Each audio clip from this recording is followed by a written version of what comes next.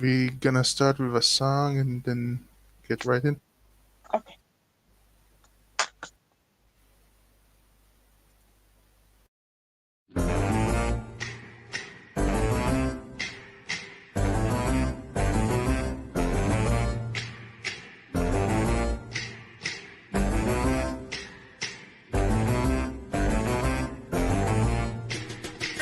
They're creepy and jihadi, promoting the hijabis. They're Muslims, oh wallahi, the Abdul family. They'll fool you with taqiyya, don't dare to call them Shia. You better pay the jizya, the Abdul family. Alif, Lam, Ameen. So beat your wife just slightly, obey Allah Almighty, kill the kuffar delightly, the Abdul family. It's all halal, mashallah. All right. How are you, Jane? Pretty good, man. How are you doing? Eh, it's okay. Yeah. So yesterday when I went live, I I came through this Muslim 500, and they have a new update for this year, I guess. So it's 2025, but they talk about 2024, and it's all about Palestine in this one. So I wanted to go through these things about Palestine. Look at this. Person of the Year 2025, Her Majesty Queen Rania Al Abdullah. For more than 10 years, Her Majesty Queen Rania of Jordan has been the number one most influential Muslim woman in the world in her own private capacity as Queen of Jordan on social media in terms of statistics and followers.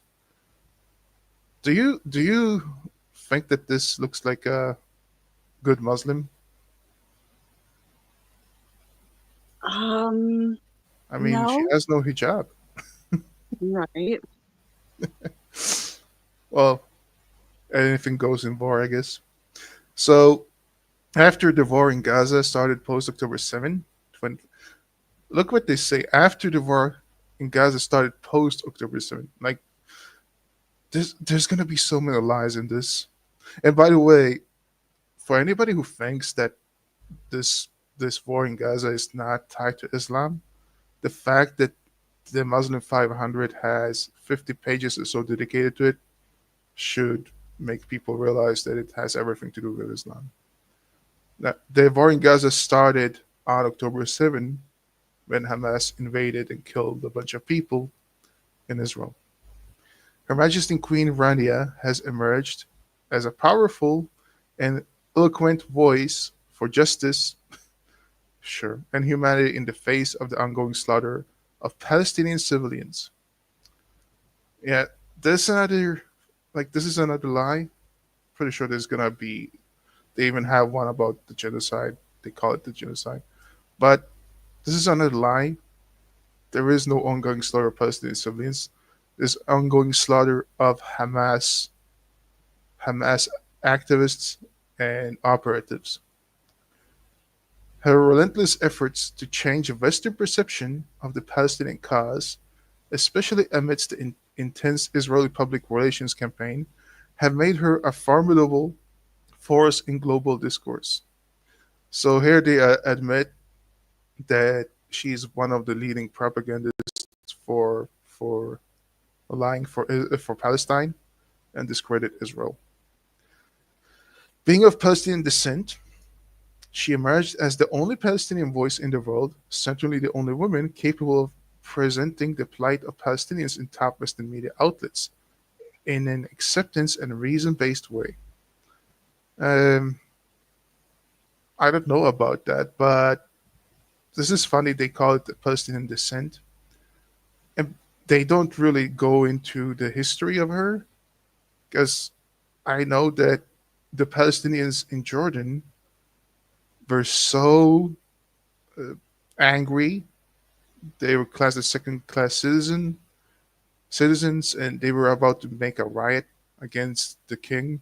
So the king had to marry a Palestinian just so they could have somebody in the court to to calm the Palestinians down. There's gonna be a lot of times where they're just gonna ignore things and just gloss them over. Anyway, together with Egyptian comedy Bassem Youssef, yeah, a real piece of shit that thinks that October 7th didn't even happen, and various TikTok videos, she was largely responsible for changing public opinion in the world about the plight civilians in Gaza. So basically, they admit that she lied, did propaganda, and tried to change the perception. Any thoughts so far, Jane? No, sounds like just par for the course, you know. The fake kingdom. Yeah, I mean, it's. I don't know if it's fake or not, but I mean, everything about Palestine is fake. A guy called Leon Nazik said it. Thank you. Anyway, so let's keep going. Changing Western perception. Queen Rania's strategic advocacy. In a climate where much of the Western world was initially swayed by Israel narratives that painted Palestinians as aggressors or terrorists, I mean, this is true. And the reason for that is because people saw what Hamas did and they were very proud of it, like the Hamas. They filmed it themselves, they were proud of it. Queen Rania intervened. She addressed the misinformation and offered a counter narrative that highlighted the suffering of the Palestinian people, the civilian toll of the conflict, and their pressing need for a just resolution. So basically, she tried to portray Hamas as victims and Israel as perpetrators. Yeah. Her advocacy was particularly significant given the effectiveness of Israeli public relations efforts, which included widely circulated but later discredited stories, such as the claim that Hamas had beheaded 40 babies.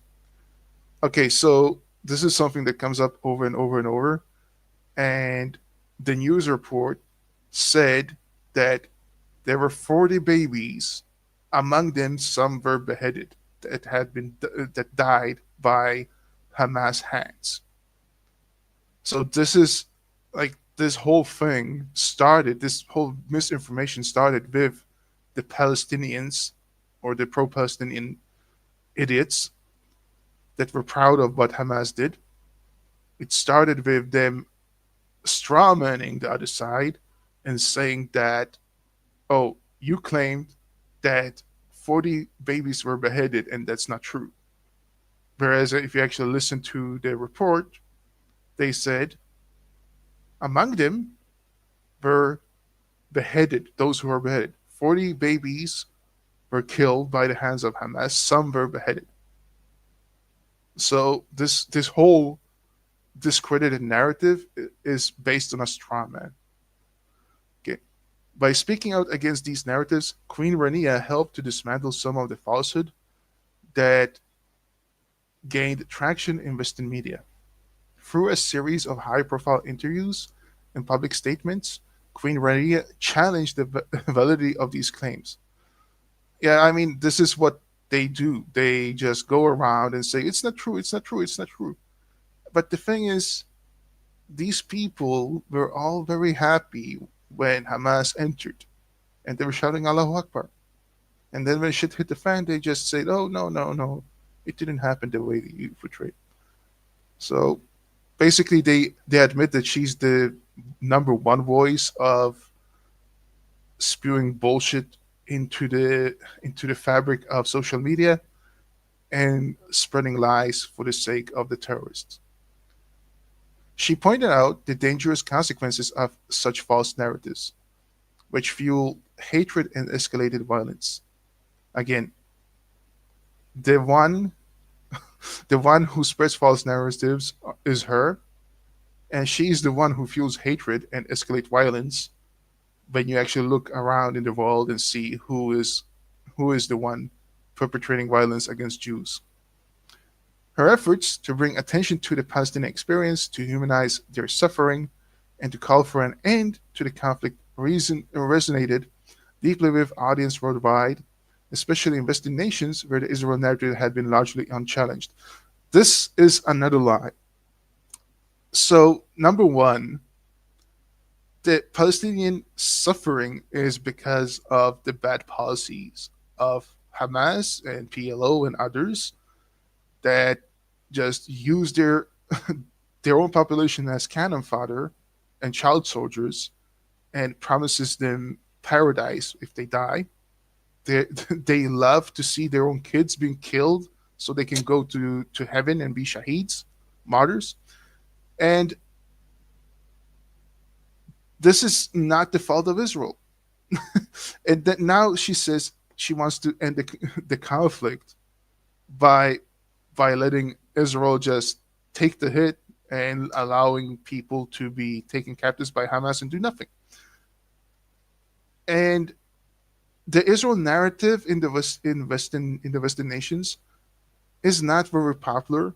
In fact, with all the Muslims and all the leftists that run all all all academia, the Israel narrative is highly unpopular, and you need to challenge the Palestinian narrative. It's vice versa. And I think that it's good that there are people in power that don't buy the Palestinian bullshit, but there are a lot of people in power that do buy the Palestinian bullshit, and therefore they give money to Hamas. They buy the UN bullshit, and they try to strong arm Israel to making deals, even though Israel says no, this is not the way forward because this has been tried and it failed. You have anything to add, Jane? No. Okay. Yeah, I said it's gonna be boring me reading and then going through it. So It's okay. Okay. I'm here for it. all right. Queen Rania embarked on a strategic media campaign to change the perception of the conflict in Gaza. She appeared on major international platforms, including interviews with CNN, BBC, Al Jazeera, the New York Times, where she expressed her concerns about the humanitarian crisis in Gaza. Yeah, there's no humanitarian crisis in Gaza, it's war. Her eloquent and emotionally compelling messages reached millions, and she was able to provide a balanced perspective on the conflict that was often missing in mainstream media. Yeah, this is again bullshit because just look at Piers Morgan, who actively platforms assholes that absolutely just discredit Israel and don't even think that Hamas invaded, even though these people were there. Like this is not something that happened 70 years ago. This happened 2 years ago. Like it changed from one day to the next. The moment they realized that Israel is going to attack, they just changed the narrative. I mean, another thing is they talk about oh her message reached millions. These people were already primed. The same people that she spoke to, she's speaking to the choir. They were already primed to believe her narrative. That's basically what it is. You all like all these pro-Palestinians already chose a side before before Israel intervened, right? Anyway, in these interviews, Queen Rania was clear and consistent in her message. The world must recognize the humanity of the Palestinian people and seek a just solution that ensure their dignity and rights. She challenged Western leaders and audiences to look beyond headlines and propaganda. It's funny that she calls it propaganda, and to consider the human cost of the conflict. Her ability to speak directly to Western audiences, often in their language and on their platforms, allowed her to reach people who may not have been previously exposed to the Palestinian perspective. Okay, there's so many people that have been exposed to the Palestinian perspective because Al Jazeera and a lot of people from from the Muslim from the Muslim side has been advocating for this for decades and pushing this for decades, spewing lies. And by the way, it's a war again. It's a war. This is a war zone, and she's talking about the Palestinians' human lives, but none of these people, including her, that advocates for Palestine, ever want to consider that Israel lives matter that the hostages matter, that they should be released. They just portray a false narrative every time. And I said it before, I gotta say it again, that you treat Palestinians as the Allies treated Nazis in the Second World War. Also, you're gonna see this more and more. That it's gonna be the same narrative that uh, they're gonna portray Palestinians as the victims, not the perpetrators. Okay, so voice supporting total destruction and Queen Rania's response. So this should be something for me because I am supporting total destruction.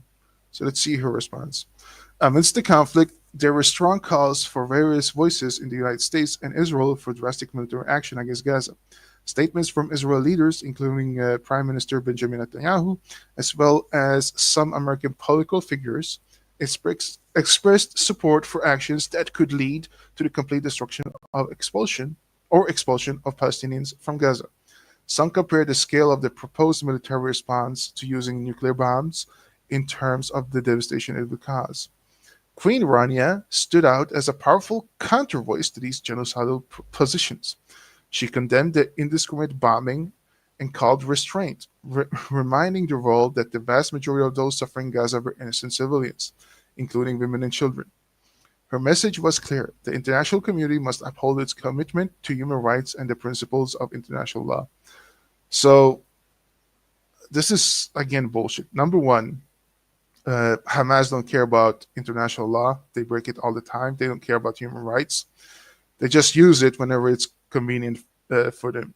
They don't care about women and children because they use the tunnels for themselves and allow women and children to get blown up so they can sell themselves as victims on social platforms. They don't care for their civilians. And by the way, it's very hard to distinguish civilians from Hamas operatives because Hamas has this thing where when they when they get attacked, they strip down their clothes, military clothes, and pretend to be civilians. And we also saw on October 7 a lot of civilians joining the action of killing Jews. So this is a very false narrative. Yeah, I And wonder what, like percent of Gaza's when it was Gaza. Now it's just, uh, a parking lot. But when it was Gaza, I wonder what percent of their GDP was actually just donations. I mean, they're like that's their whole economic model is being a professional victim. yeah, yeah, and also she says indiscriminate bombing because this is another lie. And if you look at the opposite side, Iran, Hezbollah, Hamas, the Houthis have for years and years bombed indiscriminately upon Israel. I don't care where the rockets hit. If it wasn't for the Iron Dome, there would be no Israel. They don't care what they hit or who they hit. There was even a botched rocket from the Al Nusra front, and it hit a parking lot of a hospital.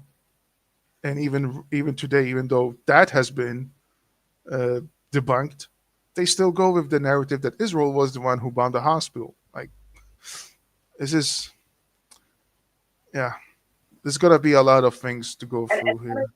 were they caught blockading the roads, preventing people from leaving the cities that Israel said they were going to bomb? You know, Yeah, yeah, that too. Yeah, I mean, Israel actually has no obligation in war zone to do all these things. They do it anyway, and yeah, the Palestinians, they don't care. They're just gonna portray them as evil every time. Her advocacy, continuing here, her advocacy was particularly effective because it was not just political, but also deeply personal. No, it was effective because she lied, and people want to swallow that lie. As a mother, Queen Rania spoke passionately about the children caught in the conflict, emphasizing their innocence and their right to safety, education, and future free from violence. She highlighted the psychological and physical trauma being inflicted on a new generation of Palestinians, making it harder for the world to ignore the human cost of the conflict. And this is going to be a lengthy. stream if I have to read it and debug everything it says.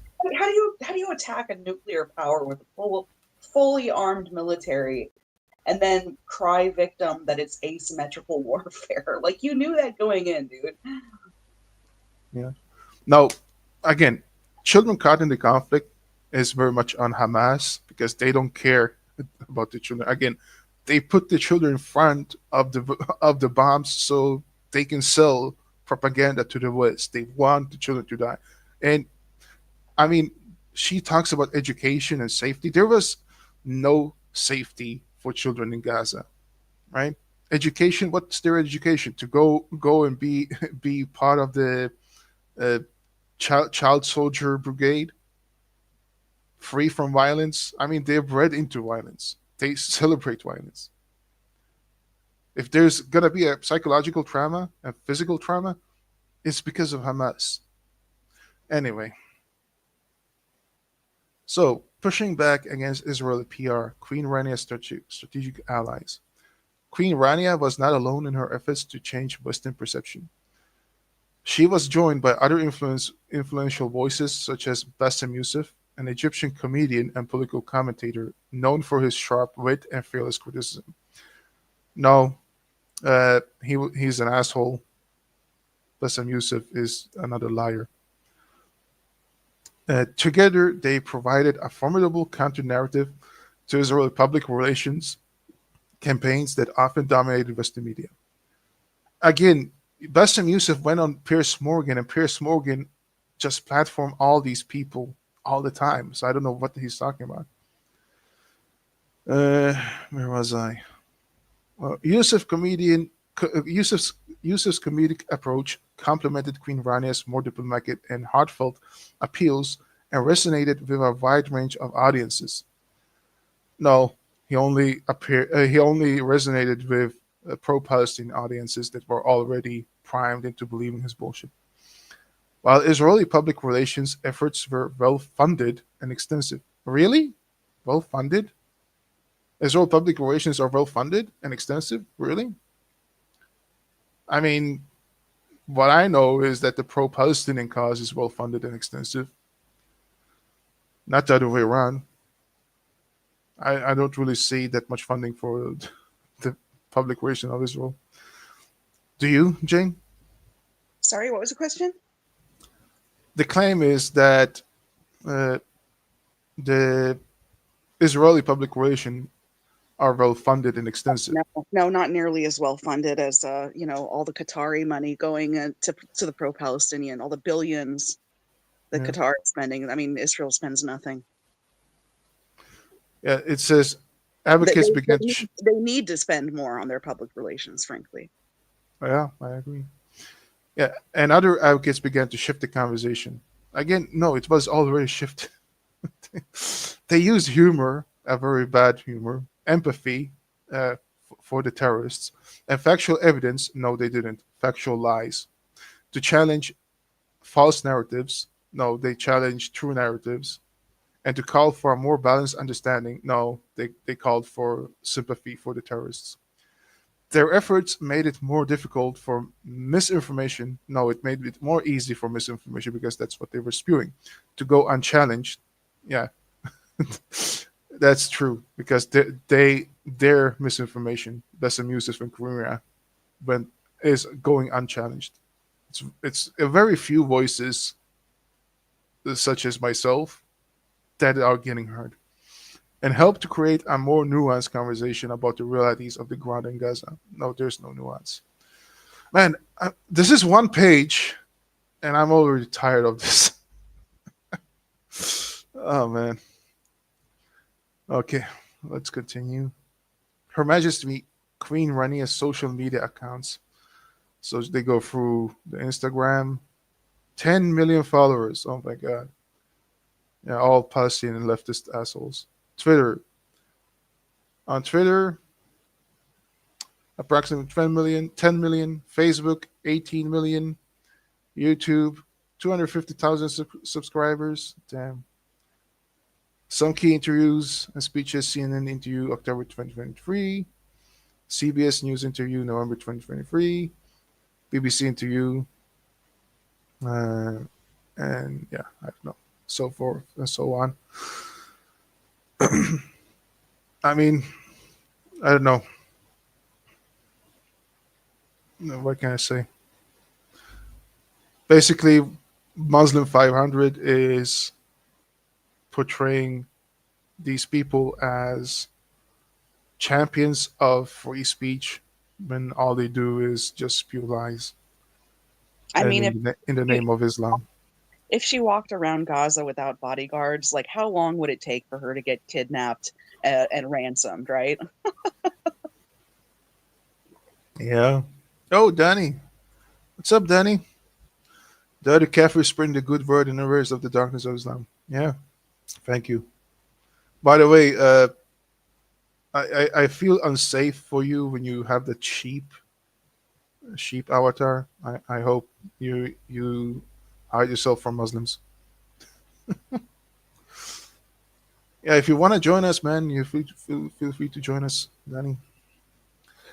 So the next one is Dr. Ghazan Abu Sita. I don't know who this is actually. Dr. Ghazan Abu Sitah is a leading figure in the medical community and a powerful advocate for Palestinian rights. His relentless work in Gaza during the ongoing genocide. No, okay, so this is again ongoing genocide. There is no genocide unless you think that anybody who's Hamas dying is a genocide of the terrorist organization of Hamas. Has brought global attention to the humanitarian crisis there, and his tireless effort to seek justice for Palestinians continue to resonate globally. Yeah, it's the same. I mean, everything's from now. I guess I'm just gonna repeat myself from the first one. Like all the things that they say is just gonna be the same accusations and claims that I just went on debunking or answering in Queen Rania. So unless there's something new, I'm gonna try to go through it, even though it's painful. Education and early career. Born into a Palestinian family, Dr. Abu Sittah began his journey in medicine at the University of Glasgow. Oh, really? Where he earned his medical degree. He further specialized in plastic and reconstructive surgery in the United Kingdom. He completed a master's degree in war surgery from the International Committee of the Red Cross. Oh, you know what? The Red Cross is actually on the payroll of Hamas. Red Cross are not innocent in this. Uh, they basically operate under Hamas in the Gaza Strip, and they had made no efforts trying to negotiate hostage release from Hamas. They had made no effort trying to find out where they are. They basically just, when some when one Hamas operative gets wounded, they are there to help them, but they are not in Israel at all. And a fellowship in craniofacial surgery at Great Ormond Street Hospital in London. All right. Dedication to the disadvantaged. Medical work in Gaza. Dr. Abu Sita has dedicated much of his career to providing medical care in some of the world's most challenging environments. Since 2007, he has regularly traveled to Gaza to perform life saving surgeries and offer medical assistance under extreme dangerous and difficult conditions. I wonder what he would say about all the ammunition storage facilities that are hidden in the hospitals in Gaza. Uh, I wonder what he would say about all the hostages hidden in hospitals in Gaza, or if he's just gonna be pretending like they don't exist. Was he giving medical treatment to the hostages? His contributions extend beyond patient care. He has been instrumental in training local medical staff, really, ensuring sustainable, highly quality healthcare in the region. For workshops, lectures, and hands on training, he has built local capacity and empowered Palestinian healthcare workers to manage complex medical situations, and especially critical need in Gaza, where medical resources are often severely limited due to the ongoing blockade and war. This is a lie. I was about to say, what would Gazan, whatever his name is, what would he say about all the medical resources going to Hamas first and foremost and not giving to the civilians that he so much want to help? The medical resources are severely limited because Hamas are stealing them and they shoot anybody who wants them, not because of an ongoing blockade and war. In fact, there's been plenty of aid given to Gaza, and that aid is taken by Hamas. So this is another lie. Man, lie after lie after lie. You, Dan is gaming and gonna listen. Okay, like to game. Good luck, your channel will grow. Good, funny, and honest analysis. I don't know if this is funny, but this is actually one of the most boring so far. I usually try to be more funny, but this is just reading this and going through the lies. I don't know how long I can keep this up. I mean, I thought by now I would be down already about the the whole thing about genocide in Gaza and all that, but I'm just on the number two Muslim of the year. Bullshit. I think I'm gonna finish the one about Gazan and then do something else because this is gonna be just too painful and too long-winded. Any? Do you have anything to add, Jane, so far? Sorry, I'm just making a shopping list. Yeah, I told you this is gonna be boring. Okay, Gaza 2023, Courage Under Fire. Dr. Abu Sittah's most impactful and widely recognizable work came during the Israeli bombardment of Gaza in October 2023. As the head of plastic and reconstructive surgery at the American University of Beirut Medical Center, he made the courageous decision to travel to Gaza at the height of the conflict. For over 40 days, Dr. Abu Sittah worked tirelessly at Al Ahli and Al Shifa hospitals, performing countless surgeries under extreme conditions, including severe shortages of medical supplies, outages, and constant threat of bombardment. So here they basically admit that he operated in the two hospitals that were uncovered to be Hamas bases, where these are the hospitals I was talking about, where they built tunnels under them. They took the medical treatments for themselves, the supplies for themselves. They did not care at all about the people, the civilians. They threatened people as well. They hold the hostages in those hospitals. So he was working alongside Hamas and pretending like these things didn't exist and just blamed Israel for the harsh conditions. His expertise in treating complex, and by the way, I wonder again if he ever treated one of the hostages, if his humanity extended to them, or was it just for Hamas? His expertise in treating complex war injuries was pivotal in saving the lives and limbs of many Palestinians trapped in the conflict. Yeah, aka Hamas operatives.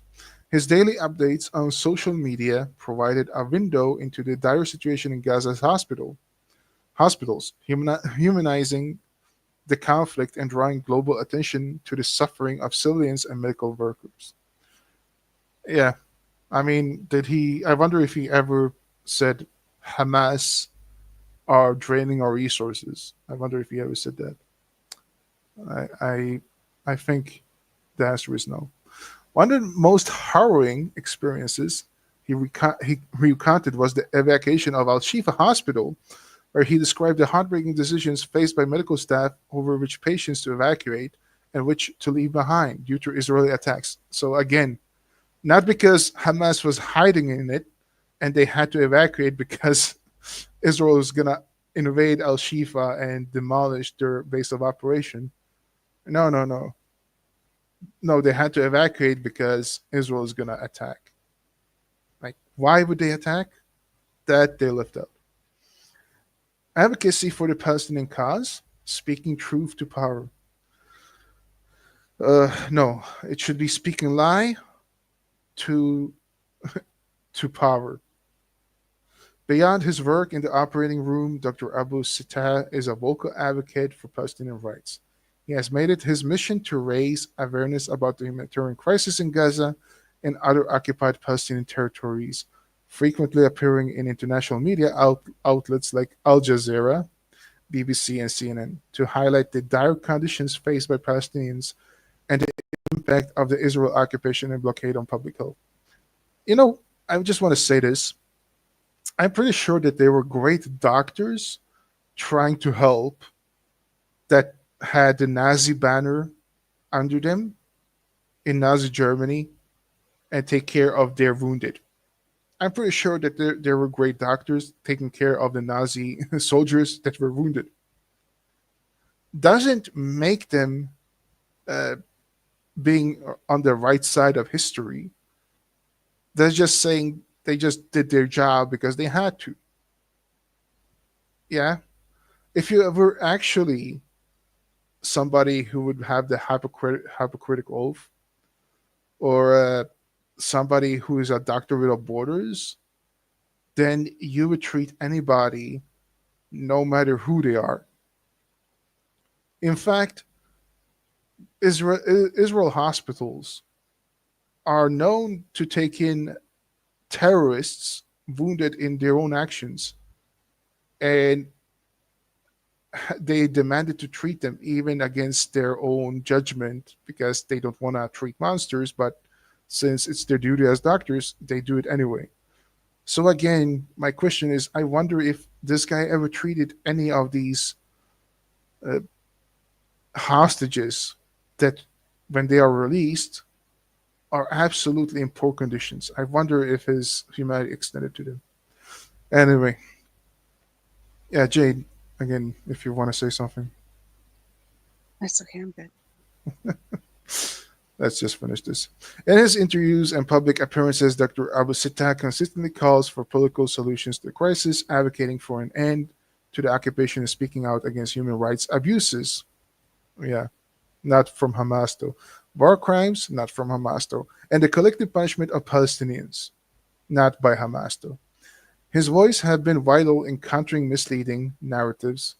I don't know. I don't want to repeat myself over and over, but again, he's the one who gives a misleading narrative and ensuring the Palestinian perspective is heard on the global stage. Yeah, the Hamas perspective. The Dr. Abu Sittah has also taken his advocacy to political arenas, including UK Parliament, where he provided compelling testimony on human rights and international law violations. So, bullshit, bullshit, bullshit, as well as the devastating impact on the blockade on life in Gaza. So, again, bullshit, bullshit, bullshit. His testimonies, uh, again, his lies, challenge policymakers to reconsider their positions on the Palestinian issue and to adopt a more just, it should be unjust and unethical approach to favor Hamas and terrorists. Now, this is going to be interesting. Bad in Germany and legal victories against opponents. Yeah, I want, like, at least Germany is doing something right. Dr. Abu Sittah advocacy for Palestinian rights has not been without controversy. I wonder why. His outspoken stance on Israel policies and the human rights situation in Gaza had made him a target of political opposition. Yeah, again, I wonder why. In May 2024, he was banned from giving seminar in Germany. Thank you, Germany. You did a good thing. A move criticized as an attempt to silence a prominent Palestinian voice. No, it was a move to uh, silence the anti-Semitic bullshit that's been spewed and relentlessly by Palestinian advocates like him who are in Hamas pockets. And this is one thing in Germany people should know, that in Germany there is hate speech laws, especially against anti-Semitism, and this is due to Germany's history. So they don't want to repeat what happened during Nazi Germany, and that's why they're so harsh about it. I think it's a good thing. So I am very much happy that they banned him. The ban sparked outrage among human rights activists. Again, it should be sparked outrage among pro Hamas sympathizers, pro Palestinian sympathizers that are pro terrorists, and academics. No, academics that there should be leftists in the guise of academia worldwide who saw it as an infringement of free speech. Look, look how look how hypocritical these pieces of shit are. When we say Islam is a religion of violence and terrorism, it's it's Islamophobic, and we should not be able to say this. Academic freedom. Whenever you say anything about Israel, you get threatened to death in academia. But whenever you say anything about Palestine, you get promoted. So this is so hypocritical that, and this is the same thing with Trump right now when he actually put the hammer down on Columbia University and deported that piece of shit, the one that is behind all these pro-Palestinian activism. Now they're crying. They are always crying when shit hits the fan. Just like Israel had invaded after after Hamas invaded them. Absolutely, this is a response to their bullshit, but they always cry. But when it's on the other side, they think they can do whatever they want. They can say whatever they want. And now, oh, it's an infringement of free speech. Ugh, fucking assholes. Jane, any comments? No. Sorry. All right. Undeterrent, Dr. Abu Sita fought back. He faced legal challenges from groups such as UK Lawyers for Israel, who sought to discredit. No, they sought to actually make sure that he should put his money where his mouth is, because he's spewing lies and they're not going to have it. His work and prevent him from speaking publicly. Again, if it's a crime, if anti-Semitism is a crime, then perhaps you should not speak publicly. Now, if you have absolute freedom of speech, like in America, then I mean that's another thing. But then you should not cry for Islamophobia when people speak the truth about Islam. However, in a landmark case, Dr. Abu Sitab won, reaffirming his right to speak freely on issues of human rights and justice. He actually won. That's bad. That's bad. Yeah, issues on human rights. Again, that's not human rights. It's Hamas rights and injustice. This victory was also a triumph for free speech advocates and defenders of academic freedom everywhere. I don't know if this is true. Did he actually win this case in Germany? I didn't know this. Should look into that. Anyway, let's finish this up. Recognition on honors amidst challenges. On April 11th, 2024, Dr. Abu Sita was elected as the rector of the University of Glasgow. So they just put a Hamas operative in Glasgow. Thank you. A position nominated and elected by the university students. Yeah, the problem is that they are leftists or Muslims. So this is the thing that they do. They go everywhere and spew this nonsense and just strong arm their way in and bully their way into every every every institution there is wherever they are, right? Like they go around in public meetings, like local political meetings and stuff like that, just push this bullshit over and over and over. He secured over 80% of the votes. Damn, 80%. So that's so many Muslim and leftists in Glasgow. That's bad.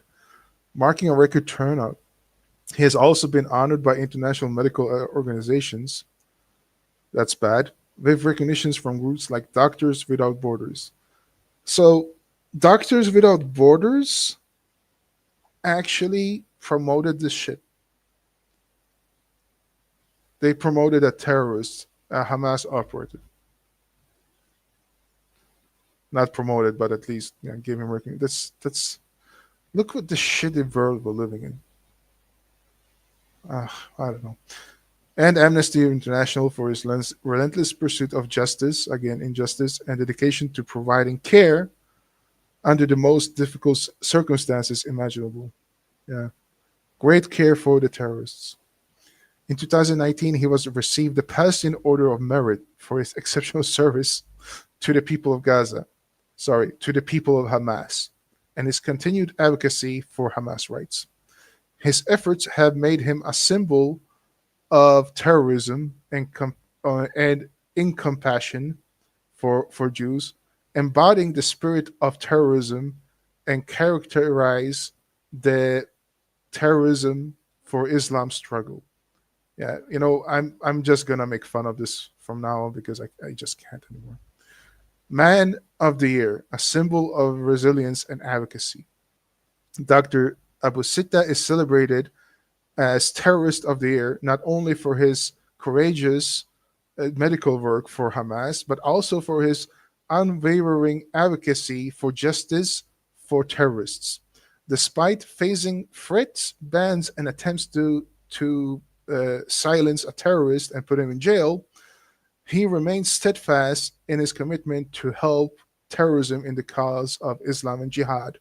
His resilience serves as an inspiration to all Philistines who believes in the fundamental right to wage jihad upon every human being who is against Islam and against Palestine.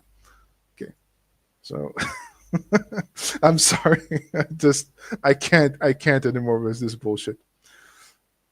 I'm gonna read it the way I want to read it. So that's the two assholes that are Muslims of the year. Jane, do you have anything to add? No, well said. Okay. So I actually want to look up this Dr. Sita uh, case. UK liars for Israel. Wait. Ah, no, I get it. This was not in Germany. This was in UK. Dr. Abusita case.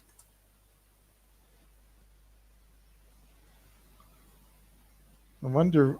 I wonder where it was that he won the case. British Palestinian. Let's see.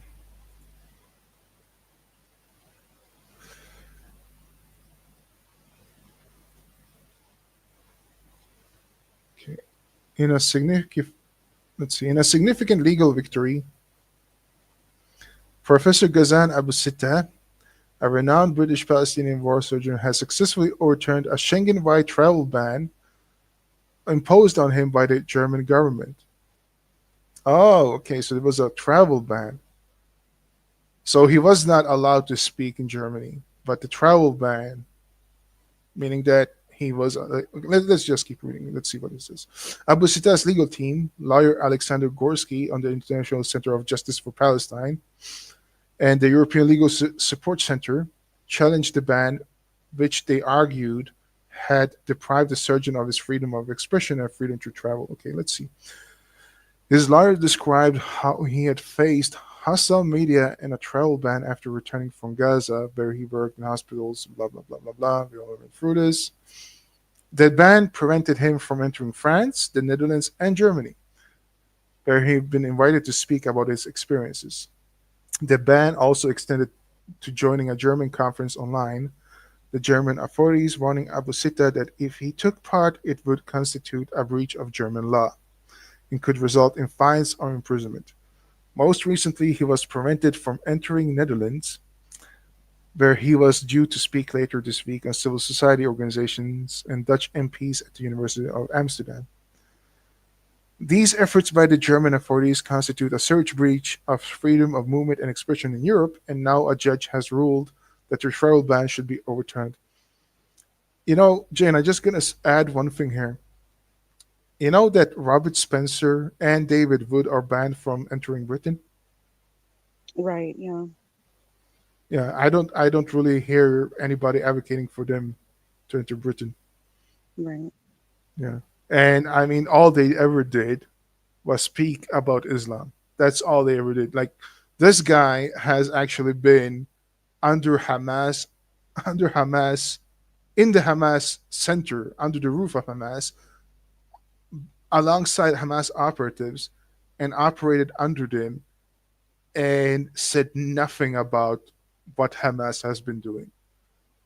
And yet these guys want want him to be uh, says that this guy is somehow judged unfairly. Yeah. So they say this is a significant victory for freedom of speech and significant turning point in challenge the chilling environment that many Palestinian human rights advocates have to operate in. Again, freedom of speech for you, but not freedom of speech for me. Because whenever I say that Muhammad was a pedophile, I get silenced. ICGP lawyer Gorski emphasized that the victory ensures that Abu Sitta's freedom of expression and movement are no longer under threat, allowing him to speak out about what he has witnessed in Gaza. Since leaving the Palestinian enclave in late November, Abu Sitta has been raised awareness about the impacts of Israel's war, which has, oh my God, yeah, which has killed more than 35,000 Hamas operatives, and women and children are not included. Yeah, okay, so let's be fair. This whole thing about 35,000 Palestinians being killed, what I know is that they retracted that, and it's actually most of them are Hamas operatives that have been killed, and women and children are very much in the minority of the death toll of Gaza. Uh, During his time in Gaza, he became the unofficial English language representative of Palestinian doctors and surgeons treating the wounded, accusing Israel's military of using illegal white phosphorus and deliberately targeting children. Uh, that's bullshit. Yeah. You're allowed to use white phosphorus in a war zone. That's not illegal. But that they deliberately target children is bullshit. I mean, they try to say that they are, but the only one I see actually deliberately targeting children is Hamas. The Bibas family is the one that comes to mind. And I wonder if this asshole of a doctor said anything critical about how Hamas is treating their hostages, including children, babies that they killed with their own hands. I wonder if he criticized them for that. They said this is wrong. I wonder if he did that. My guess is no. Okay, so I didn't I didn't get that far in what I thought I was gonna cover today. I thought I was gonna talk about the Muslim 500 article about Gaza and Palestine, but I mean, I spent 1 hour about these two assholes and all the lies. So I'm kind of tired of talking. So Jane, do you want to talk about something else? Sure. Yeah, what topic? Right. Well, I need a small break. So let's listen to some music and be back afterwards. إن الله وملائكته يصلون على النبي إن الله وملائكته يصلون على النبي إن أراد النبي أن يستنكحا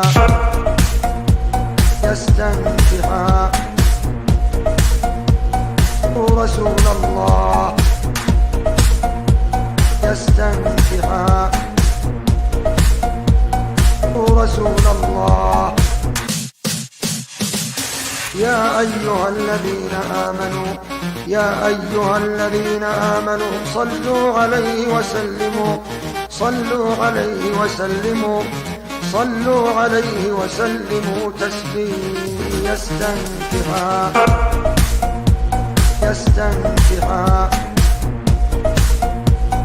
رسول الله يستنكحا رسول الله إن أراد النبي أن يستنكحا وما كان لكم أن تؤذوا رسول الله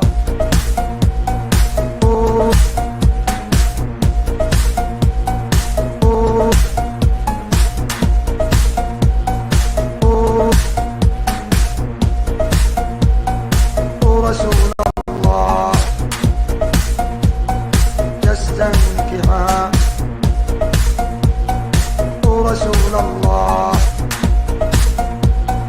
يستنكحا رسول الله.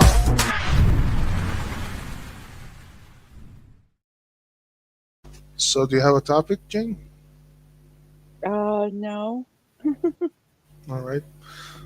Well, I have slightly related topic towards Israel Palestine.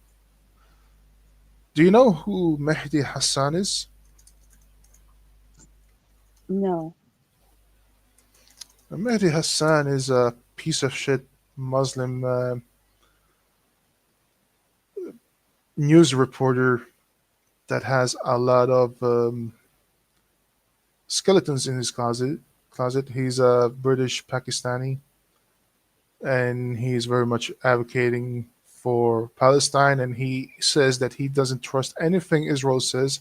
He even says that he doesn't believe that October 7 actually happened, trying to discredit, the suffering of people who died that day. But before that, he was very much an advocate for Islam, and he was in a Ox. This was about 10 years ago now. He was in the Oxford Debate House where they talked about is Islam a religion of peace, and a guy called Sahar from Sahar TV, who is a pro-Israel guy on YouTube. He he made his own take on the opening statement from Mehdi Hassan from that debate. I have seen that debate a while back, and now I think Sahar, he actually had good responses to Mehdi Hassan, but there are some things that Mehdi Hassan said that I wish he would address, and I thought maybe we can address them together. Okay. So let's promote Sahar. This is actually a good guy. He uh, he exposed one of the Palestinians who uh, he used chat roulette, FaceTime, and tries to bait Israelis, to be angry at him, and not Sahar, the guy, I forgot his name, but a Palestinian guy who, you know what? Maybe we should just watch that after. Basically, he exposes pro-Palestinian assholes. That's what he does. So this is his take on Mehdi Hassan. Is Islam a religion of peace? Let's watch Mehdi Hassan trying to protect Islam and say that it's not a religion of war. Let's take a look. Thank you very much, Mr. President. Ladies and gentlemen, good evening. Assalamu alaikum. Lovely to see you all here tonight. We are having a very entertaining night, are we not, with some very interesting things being said. From the other side of the house tonight, let me begin by saying, as a Muslim, as a representative of Islam, I would consider myself an ambassador for Islam, a believer in Islam, a follower of Islam and its prophet. So in that capacity, let me begin by apologizing to Anne-Marie for the Bali bombings. I apologize for the role of my religion and me and my people, for the killing of Theo van Gogh, for 7/7. Yes, that was all of us. Okay, so right off the bat, and Sahar, I don't think he's going to address this, but I wish that he was sincere, but he's not. He's making fun of it. But yeah, if he could actually apologize for Islam and say this was us, we need to do better, that would be a good thing. But he's just mocking it. Yeah, so he's not sorry, right? He's not sorry, and he's going to do a lot of whataboutism fallacies. That was Islam, that was Muslims, that was the Quran. I mean, It was. And I'll prove it to you later. Let's keep watching. astonishing claims. On a factual point, you said that Islam was born in Saudi Arabia. Islam was born in 610 AD. Saudi Arabia was born in 1932 AD. So you were only 1,322 years off. Not bad? Not bad. It was born in the region where Saudi Arabia is currently standing. That's what he meant. Yeah, what are we supposed to call it? What the heck? Yeah, yeah, and not just that. Why does it matter? You know, here he's just trying to discredit the opposition by saying, "Oh, you don't know what you're talking about, right?" But why? What does it matter? It's still Islam. Just like people say that Abraham came from Iraq, but he came from Mesopotamia. Iraq was created later. Let's continue. Out there. Talking of maths, by the way. Sorry, what? And what about Jesus was a Palestinian? Oh yeah, that's a good one. Yeah, yeah, Mehdi. What's your claim about Jesus being a Palestinian? It's a good one. A man named Al-Khawarizmi was one of the greatest mathematicians of all time, a Muslim, worked in the golden age of Islam. He's the guy who came up with not just algebra, but algorithms. That's a lie. So he did not come up with it. He compiled it into his own, but it already existed. And by the way, was known as a kafir, somebody who was not really following the teachings of Islam. And for Jane, wasn't he a Christian? Who? Garavi, whatever his name is. I don't know his name. I'd have to look him up. What's the name? Age of Islam. He's the guy who came Iraq was created later. Let's continue. out there. Talking of maths, by the way, a man named Al-Khawarizmi was one Al-Khawarizmi. How the heck do you spell that? Karawismi? Al-Khawarizmi. I can Al-Khawarizmi. I think this is I think it sounds Muslim, so I'm guessing he probably was Muslim. Yeah. no, actually, if I remember correctly, he was. I don't know if he's born a Muslim or if he's turned from Christianity to Islam, but he was very much a kafir, like not following the rules of Islam. Like he was deemed as a heretic back in the day.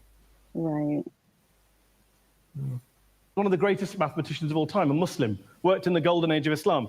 He's the guy. And here's the other lie: golden age of Islam. There is no golden age of Islam. Yeah, this is like how they try to, Oh God. Okay, so apparently they say he was a Zoroastrian. There you he go. was Christian. Worked at the House of Wisdom in Baghdad. So he went to a Muslim, was at a Muslim school, I guess, but they say he's Zoroastrian. Yeah. Yep. And by the way, there is no golden age of Islam. There's just them trying to appropriate other cultures by beheading others. and pillage and plunder. With not just algebra, but algorithms. Without algorithms, you wouldn't have laptops. Without laptops, Daniel Johnson tonight wouldn't have been able to print out his speech. And Yeah, but without the Kafirs, without the West, you would still ride donkeys, and you wouldn't have laptops.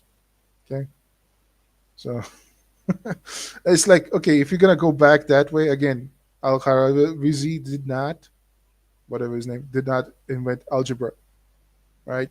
So if it wasn't if it wasn't for the Babylonians or the Indians, then you wouldn't have it anyway. So yeah, What does Majusi mean? Al-Majusi. I don't know, Majusi. They say that an epithet for Khwarizmi given to him by Tabari is Al-Majusi, which would seem to indicate, they say, that he was an adherent of the Zoroastrian religion. Now, the only argument that he was Muslim is that the preface to Khwarizmi's algebra book shows that he was an Orthodox Muslim. But I mean, that could have just been added later, right? Or maybe he just didn't want his head chopped off.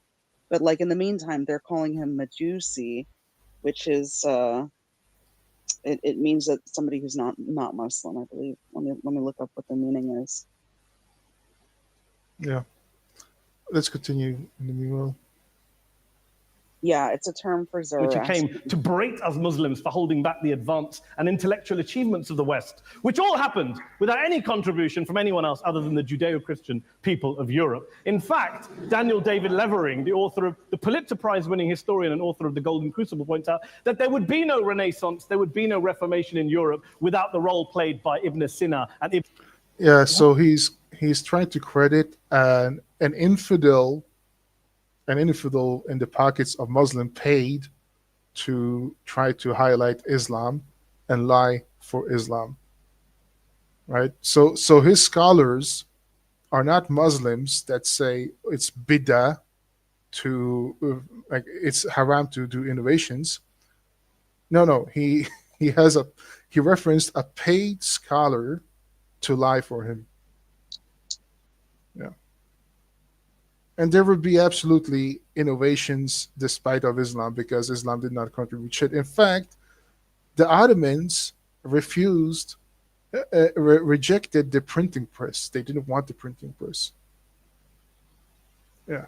So I don't know. Mahdi Hassan is just full of shit right here. Ibn Rushd and some of the great Muslim theologians, philosophers, scientists in bringing Ibn Rushd was one of the leading advocates for Sharia, and was like his whole thing. Ibn Rushd was very much staunch advocate for Sharia and stuff like that, and he's now celebrated by Mehdi Hassan. Anybody like there is something called the Ibn Rushd Institute, and they all have problems with being compatible with Western values. They're research scholars. It's all about Islam and Sharia. Let's see here. I'm sorry, I gotta show this. So I gotta show this. Look at this. Wait. This is Ibn Rushd Center of Islamic Research. Do you see this? Mm-hmm. Okay, look at this. Research, current research. Look at this.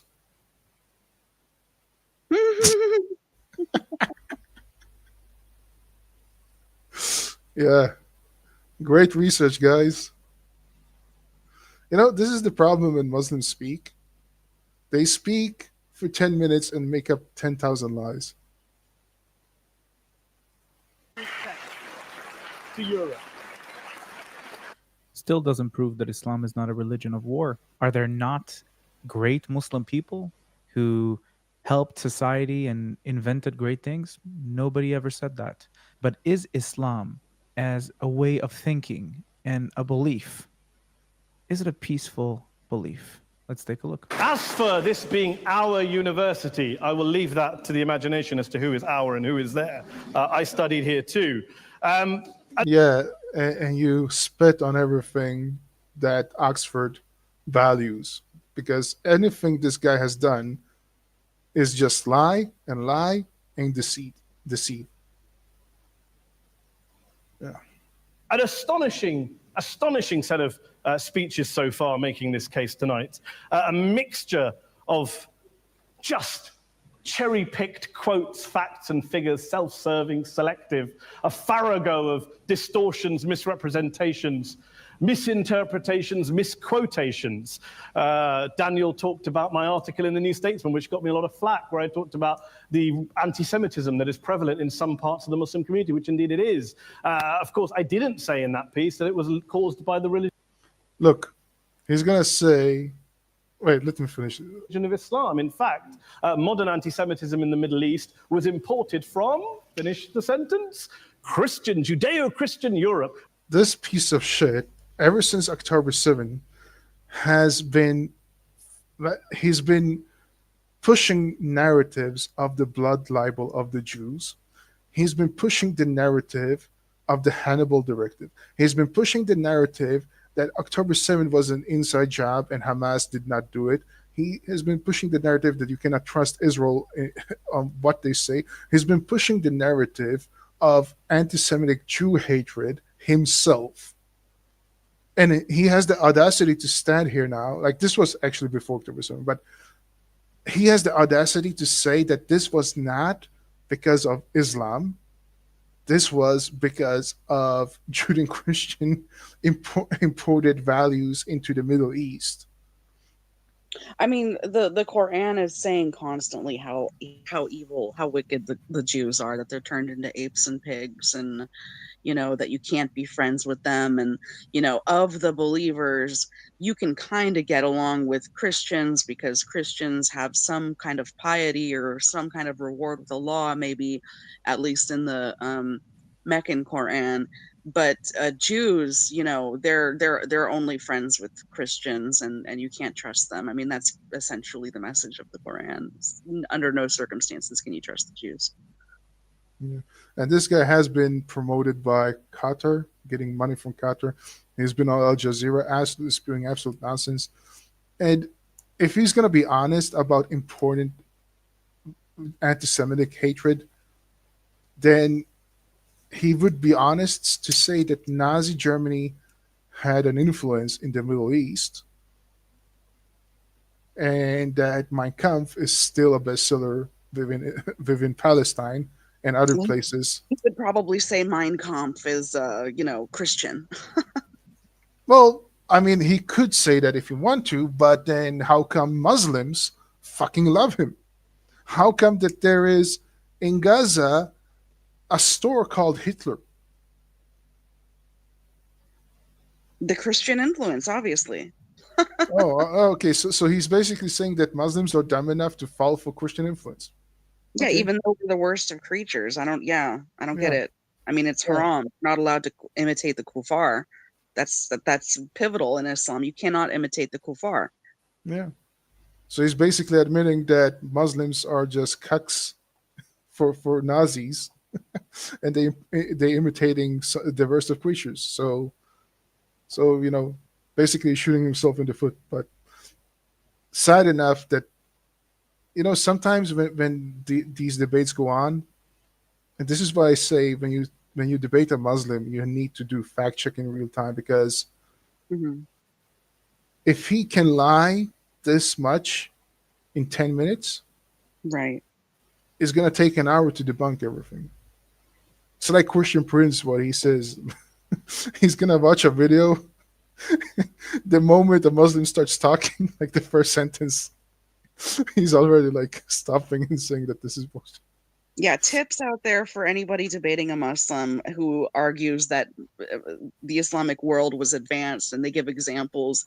Just because somebody wrote like a science book in the Muslim world doesn't make them, just because they happen to exist in the Muslim world doesn't mean that they were Muslim. So make sure you check and find out, were they a Zoroastrian? Were they a Christian? Because usually the people that they're referencing, that's the case. Yeah. Where I believe some certainly bad things happened to the Jewish people. In fact, Tom Friedman, Jewish-American columnist in the New York Times, told me in this very chamber last week that he believed, had Muslims been running Europe in the 1940s, 6 million extra Jews would still be alive. Okay. So, I think Sahar is going to address this, but remember that Hitler himself had appreciation to Islam, wanted to overthrow Christianity with Islam. His one of his what do I call it? One of his teachers, or not teachers, but one of the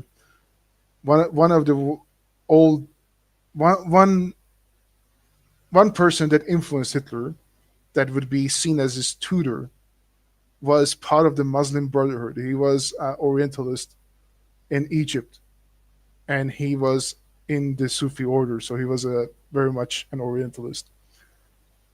And you know, there is this guy called Jamal. I think it's Jamal al Husseini, the Grand Mufti of Jerusalem, who met with Hitler and was very much appreciative of Hitler's work and spread his message in all of all of the Middle East. They were very much happy. I mean, they even had a Muslim brigade in like a Nazi Muslim brigade, and he and and Hitler even took the whole idea of genocide from the Ottomans, because he said nobody cared about the Armenians and the Syrians, so we can do the same thing to Jews. And like this is so much bullshit. And anyway, let's continue. Today. So I'm not going to take lessons in anti-Semitism from someone who's here to defend the Judeo-Christian values of a continent that murdered 6 million Jews. Is he speaking on behalf of the Muslims that slaughtered the Jewish people in Morocco? Or that slaughtered the Jewish people in Farhud? Or completely ethnically cleansed the Jews from Arab countries or North African countries? These Muslims? Or the Muslims that killed about 600 Jews in Khaybar, completely beheading them because they refused to convert to Islam? These Muslims, Mehdi, the same Muslims that are doing horrific things to European girls, white girls, in the UK, in France. Is it a coincidence that their names are Muhammad and Ahmed and Muhammad and Ahmed? I don't think Europe is evil or bad. I'm a very proud European. I don't want to judge. Okay, no, you're not a European. You're a Pakistani, and you're not proud because you spit on everything that England stands for. Right. Yeah, it spits on Western values. Nobody notices genocide in Muslim countries because that's the norm. It's completely normalized. Yeah. You know, I mean, in the Christian world, it's abhorrent. You know, so of course they're going to take they take this with great shame. They have the ability to be shamed. Yeah, Muslims are proud when they do it, and then they hide it, and then they just say, "What about you? We did nothing wrong," you know. Pretend like it didn't exist. Like fucking lying pieces of scum. And Mehdi Hassan, who is an advocate for Muslims, won't even apologize for this, and just go, "What about you?" Just like the slave trade, like we are ashamed of our slave trade. It is a black spot on our history, and we acknowledge that. They want to bring it back. Yeah. They're proud of their biggest slavers, you know. Yeah. Yeah, Muhammad. They're proud of Muhammad. Or even, you know, when you talk to these Black Power movements and people that are like, oh, Africa, they were rich, and they always cite this guy, oh, what's his name? The richest guy in Africa that was actually the biggest slaver. And he was Muslim. Oh, dang it, I forget the name. I have to look it up. I don't know who you're talking about. Mansa Musa. They always reference, oh, we had, King Mansa Musa. He was so rich everywhere he went. Like, you know, he had so much gold to spend. But he was a massive slave owner. He enslaved thousands of people. That's why, and they're proud of this. Yeah. Europe on the basis, but if we're going to play this gutter game where we pull out the Bali bombing and we pull out examples of anti-Semitism in the Islamic community, then of course I'm going to come back and say, well, hold on. I mean, look, let's be very clear. Daniel here was a last-minute replacement for Douglas Murray. So basically, what he says is, hold on, I'm not going to apologize or address the issue. I'm going to say, what about you? Right? Like, if you're going to tell me my religion is bad, I'm just going to deviate and distract and say, what about you? And not take any responsibility for all the batshit crazy things Muslims are doing. That's basically what he's saying here. Who had to pull out. And Douglas and I have a well-documented differences, but to be fair to Douglas, as to be fair to Anne-Marie and to Peter, atheists. Atheists see all religions as evil, violent, threatening. What the problem I have with Daniel's speech is that Daniel comes here to write this robust defense of Christianity. So I'm an atheist, and I can say that there are atheists who would say that all religions are bad, but I would say that Islam is the worst of them all. I would say that all religions have problems, but I can see no redeeming qualities within Islam whatsoever. I cannot say the same thing about other religions because some other religions do have redeeming qualities. They have done bad things in the past, and they have done some good things in the past. There are redeeming qualities. There are some teachings that could be good. Islam is just shit from shit to shit, and Muslims are proud of it. Now, speaking of this, when he says about atheists and all that, this is something very important. Prior to this debate on Oxford debate, the House of Oxford, there was another debate. The debate was, forget the name of the debate now. Is religion good or bad or something like that? What is amazing is that the majority said that religion was bad. There's bad for humanity. Majority voted that it's bad for humanity.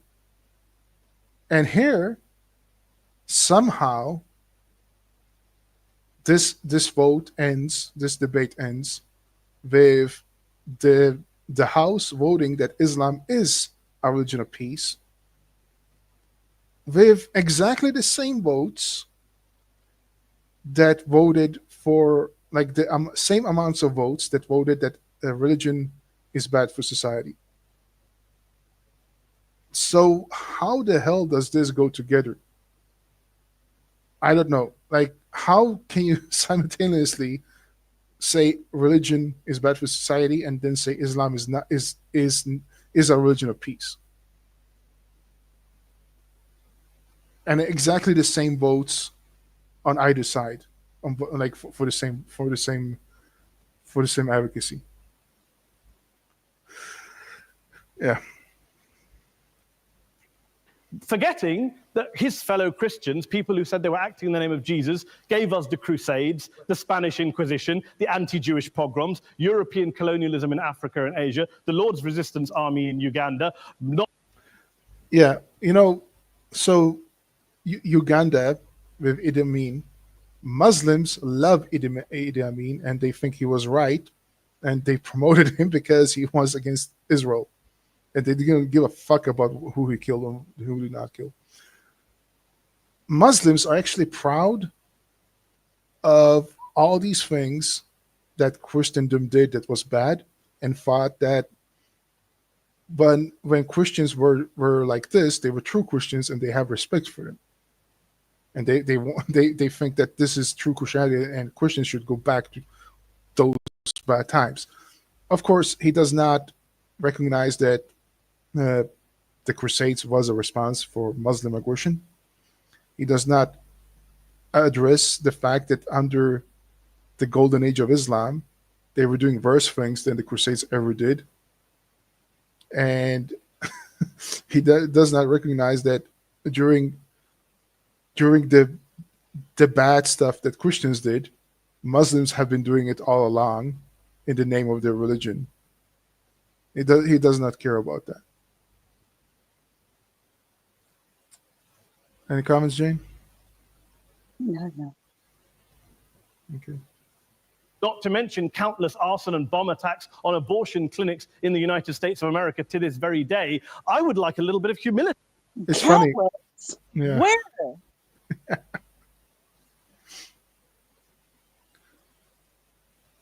When think was you're- the last attack, a bombing on an abortion clinic? I mean, maybe like in the 80s. hmm Meanwhile, the jihad report, right? Terror attacks since 9/11, 47,373.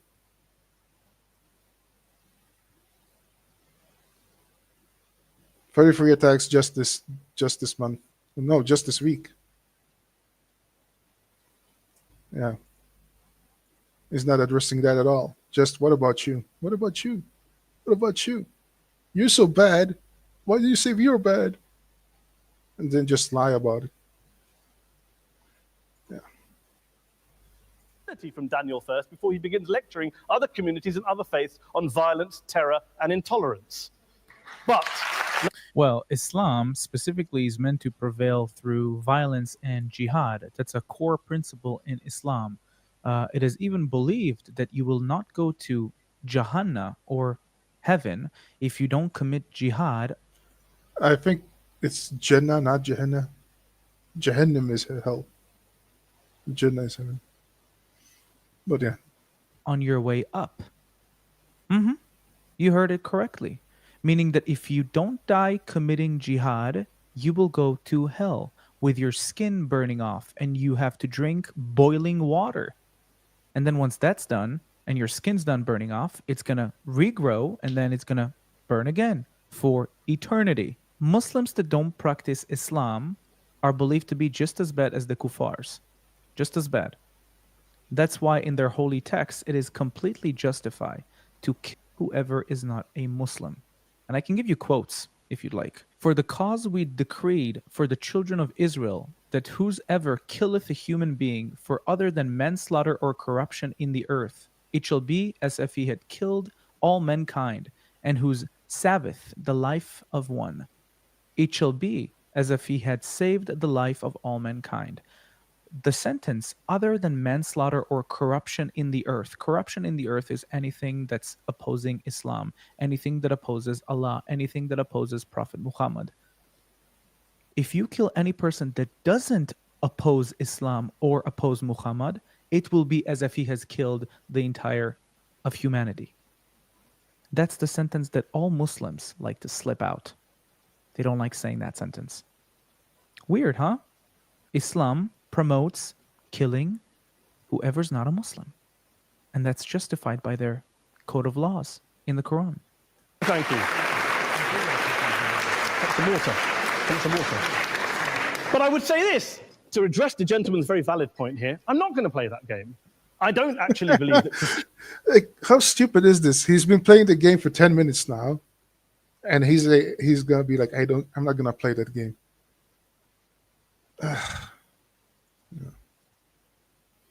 Christianity is a religion of violence and hate because of what the LRA does in Uganda or what Crusaders did to Jews and Muslims in Jerusalem. And he's still playing the game. Fucking asshole. They took back the city in the 12th or 13th, whatever century it was. I believe that Christianity, like Islam, like pretty much every mainstream religion, is based on love and compassion and faith. I do follow a religion in which 113 out of the 114 chapters of the Quran begins by introducing the God of Islam as a God of mercy and compassion. I would not have it any other way. The Quran doesn't even start or is not even written in a chronological order. People just thought, let's do it from the longest chapter to the shortest chapter. It's not even, the Quran doesn't make sense in its order. So if you go specifically to the things that Muhammad say, you will see the vile beliefs in Islam against the free world, the vile beliefs of Islam against the kuffars and the disbelievers. Mehdi Hassan is currently lying about Islam. Before 9/11, barely any mentions about Islam being a religion of peace were made. After 9/11, all of a sudden that kind of rhetoric was starting to be pushed out, that Islam is a religion of peace, compassion. That is a complete and utter lie. And the people who say that people who commit terrorism are not real Muslims, these are the real Muslims. These are the Muslims that read their book and follow it. These are the Muslims that completely go according to what Muhammad instructed them to do, what the Quran instructed them to do. So don't try to beautify this thing by saying that terrorists are not real Muslims.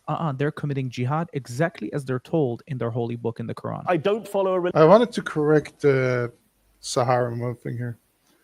So he says that the Quran is from the longest to the shortest. That's not true, because there are some chapters, that are like like in the middle of it. Some chapters are longer than others. Like it's not in that order either. It's just all over the place. Some chapters are have, I don't know. Let's see here. Humble man, you're Islamophobia idiot. Thank you, humble man. You wanna? Who is this humble man? You're Islamophobia. Yo, humble man, are you a Muslim? There's no comprehensive order to the Quran because it would be impossible. If you set out to take your own Quran and reshuffle the chapters to be in chronological order, that would be impossible because they don't even know the order. Many of when you look up when different surahs were revealed, they'll say, X, Y, or Z surah was revealed over a period of 10 years during the Medinan period, along with all these other surahs that were revealed over a period of 10 years. So in other words, like they don't even know that these surahs are even surahs. Like Muhammad is revealing a verse over here from this surah, and then he's revealing a verse over here from this surah, and like they have no idea. Yeah. Yeah, and yes, just look at this, right? So chapter 35, it's 45 verses. But chapter 36, the chapter afterwards, is 83 verses. So it's not in that order either, from longest to shortest. And he says every chapter starts with the most compassionate. What? Sir, unavailable? What? Okay. Sorry about that. Uh, maybe maybe it's because he says that it's the most compassionate one, right? But not every chapter starts with that. But also, just because it says that he's the most compassionate doesn't make it true. Well, that was added in after. I mean, even according to the standard Islamic sources, that's a fact that the Bismillah was added as a separation between the surahs after Muhammad. Yeah.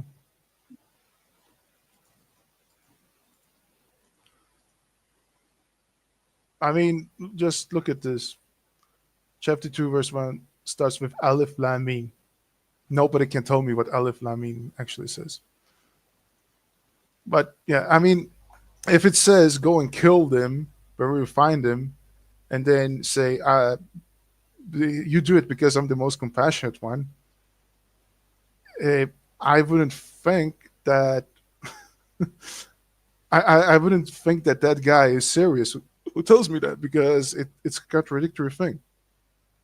You know? Are you with me, Jane? Yeah. I mean, Albani says this isn't even a reference to Allah. It's actually a title for Muhammad. When they say Bismillah ar-Rahman ar-Rahim, like the Ar-Rahman is a name for Muhammad. Yeah, but and that's just in chapter 1, like, yeah. Like the point is that, yeah, I get what you're saying, but the lie is, and the lie is that not every chapter starts with the most compassionate one anyway.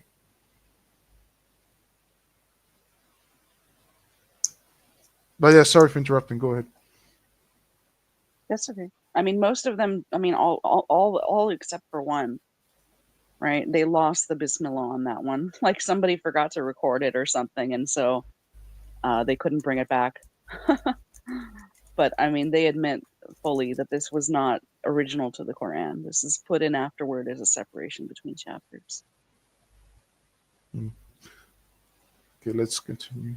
Religion, which introduces my God to me as a God of war, as some kind of Greek god of wrath, as a God of hate and injustice, not a Surah 929 states, "Fight those who do not believe in Allah nor the last day, nor hold the forbidden which has been forbidden by Allah and His Messenger, nor acknowledge the religion of truth." So that means that turns me into a kuffar, that turns me into a disbeliever, and horrific things need to happen to me according to their code of laws. Of the Prophet of the Book, until they pay the jizya with willing submission and feel themselves subdued. Now, if you read the tafsir about specifically tafsir is an explanation of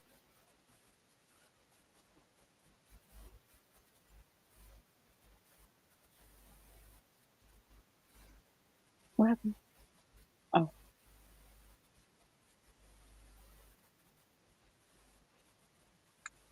Yeah, I'm sorry. I let him speak, Sahar speak, about this because it's a good point. But in chapter 3, verse 4, when Mehdi Hassan says that God is the merciful one, look at what it says here right away.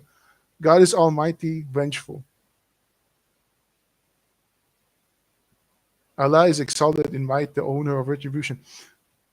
So basically, Allah is contradicting himself once again in the Quran because you cannot be both. These are contradictory statements. No. Shall I go on with? mhm. the punishment of those who wage war against Allah and His Messenger and strive with might and main for mischief through the land is execution or crucifixion, or the cutting off of the hands and feet from opposite sides, or exile from the land. That is their disgrace in the world, and heavy punishment is theirs in the hereafter. Now, I want you to tell me something. If this is what their holy book instructs them, and most terrorist attacks in the world are happening because of Islam and not because of Jews or because of Christians, you don't see Jews and Christians currently trying to prevail and dominate over other religions by violence, not with horrific acts like 9/11 or the horrific acts of 7/7 or the beheading of a British soldier called Lee Rigby by two Muslims. The reasoning for beheading him was he was going to kill Muslims in Afghanistan. So that gave them the legitimacy to fight the people who oppose Islam, because that to them is waging war on Islam. That is justified according to this. Islam is not a religion of peace. It never was a religion of peace, and it will never be a religion of peace. And the last 1400 years prove so. at all. As Adam pointed out, you go through the Quran and you see the mercy and the love and the justice. And yes, you have verses that refer to warfare and violence. Of course it does. I dare you to show me one thing in the Quran that promotes peace. One verse. Please write it in the comment section below. right. One that promotes. Right. Yeah. A Muslim said this to me last night on the Discord server. Well, there's lots of, verses about peace in the Quran, and I asked him, "Can you show me one? Which one? Where?" And he didn't answer. Yeah. The closest they always get is to your religion, to me, my religion. There's no compulsion of religion, right? That's the closest one. I guess. I mean, the only verses that actually say like treat them with justice or peace is after they submit to Islam. Yeah. Is if they concede in war and they give up fighting, then okay, you can treat them with justice. Allah doesn't forbid justice. No. Meaning you don't have to execute Peace them in Islam. if they denounce their religion, right? Yeah. Yeah. Yep. There's not a motion about pacifism. I'm not here to argue that Islam is a pacifistic faith. It is not. Islam allows military action, violence in certain limited contexts. And yes, a minority of Bullshit. There's no limits. Well, the limit is if they renounce their religion or pay the jizya, then okay, we will take your money and we won't kill you. That is the limit. There are limits. Yeah. But if they don't, then there is no limits. Right. Yeah. And by the way, it's still implemented today because there's no stipulation of back in the day, because the final verses of the Quran that was revealed still applies today. There is no abrogation of the violent verses saying that now is a time of peace and we don't no longer do this. Yeah. And that's why you have so many terrorists doing Allahu Akbar, and why you have these many jihadi terror attacks in the modern world. Yep. Muslims do take it out of that context. They read the Quran and execute it exactly as it is. He's lying. But is it religious? We talked about Woolwich. Daniel and Anne-Marie have suggested that it's definitely religion that's behind all of this. Well, actually, what I find so amusing tonight is we're having a debate about Islam, and the opposition tonight have come forward. We have a graduate in law, a graduate in modern history, a graduate in chemistry, and you know, I admire all of their intellects and their abilities, but we don't have anyone who's actually an expert on Islam, a scholar of Islam, a historian of Islam. Yeah, you know why? Because Robert Spencer is banned to entering UK. David Wood is banned to enter UK. Mhm. And anybody who would dare to say anything that is criticizing Islam in Britain would be facing jail time right Right. now. Yeah. And by the way, what is Mehdi Hassan's knowledge of Islam anyway? Where does he get his Yeah, credential I from? was wondering what what does he have a PhD in something? No, he's a born Muslim and therefore he knows Islam. Of course, Alhamdulillah.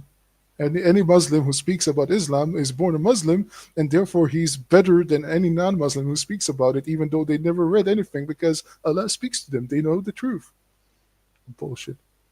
You know, I talked to one guy from Al Azhar University once, and the only thing these people that have actual like Islamic studies behind them, the only thing they do is fucking lie, or they are just unapologetic about it and being truthful about it and boast about it. There's two ways to go, but never ever are they critical about it. Yeah. All right.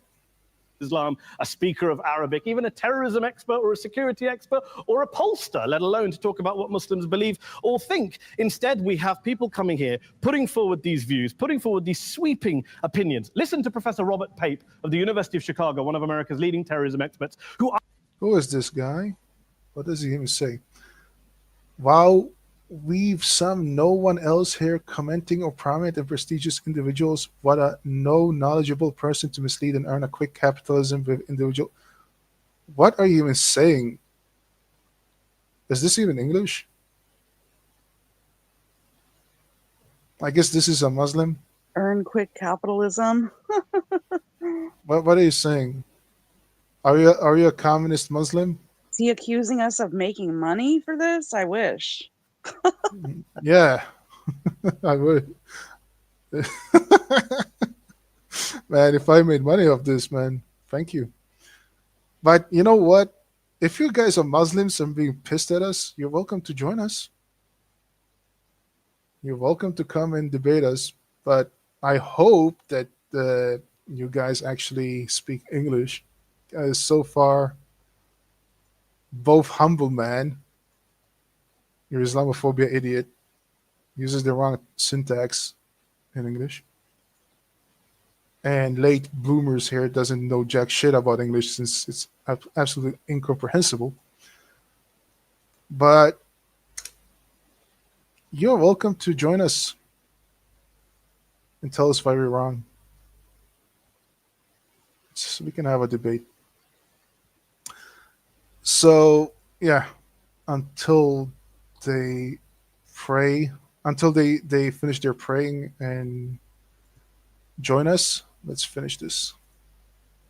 unlike our esteemed opposition tonight, studied every single case of suicide terrorism between 1980 and 2005, 315 cases in total. And he concluded, and I quote, There is little connection between suicide terrorism and Islamic fundamentalism or any of the world's religions. Rather, what nearly all suicide terrorist attacks have in common is a specific. So again, he's using a Kafir scholar paid by Muslims to sugarcoat Islam.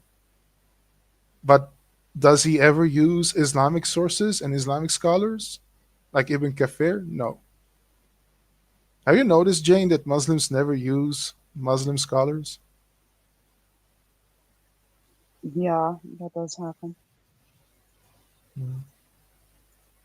Secular and strategic goal to compel modern democracies to withdraw military forces from territory that the terrorists consider to be their homeland. And the irony is, when we talk about terrorism, the irony is that the opposition and the Muslim terrorists, the Al-Qaeda types, actually have one thing in common, because they both believe that Islam is a warlike, violent religion. They both agree. So look what he did, right? He's blaming the critics of Islam for the terrorism by Muslims in the name of Islam. Yeah, he say that apparently it's only to remove Western imperialist forces. It's never to bomb a Shia mosque, right? That doesn't happen all the time.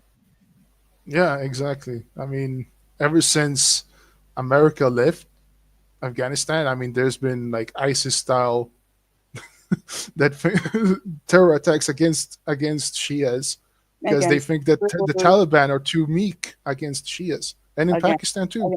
It's Christians. I mean, like look at what's going on in Syria, Boko Haram in Africa. Like, what imperialist Western forces? Where? Yeah. And by the way, Islam started long before any of the modern day world with their jihad. So, right. Yeah, and the Barbary War. This is only the 20th century or the 21st, century. Exactly, the Barbary Wars. Yeah, you can't even go back that far.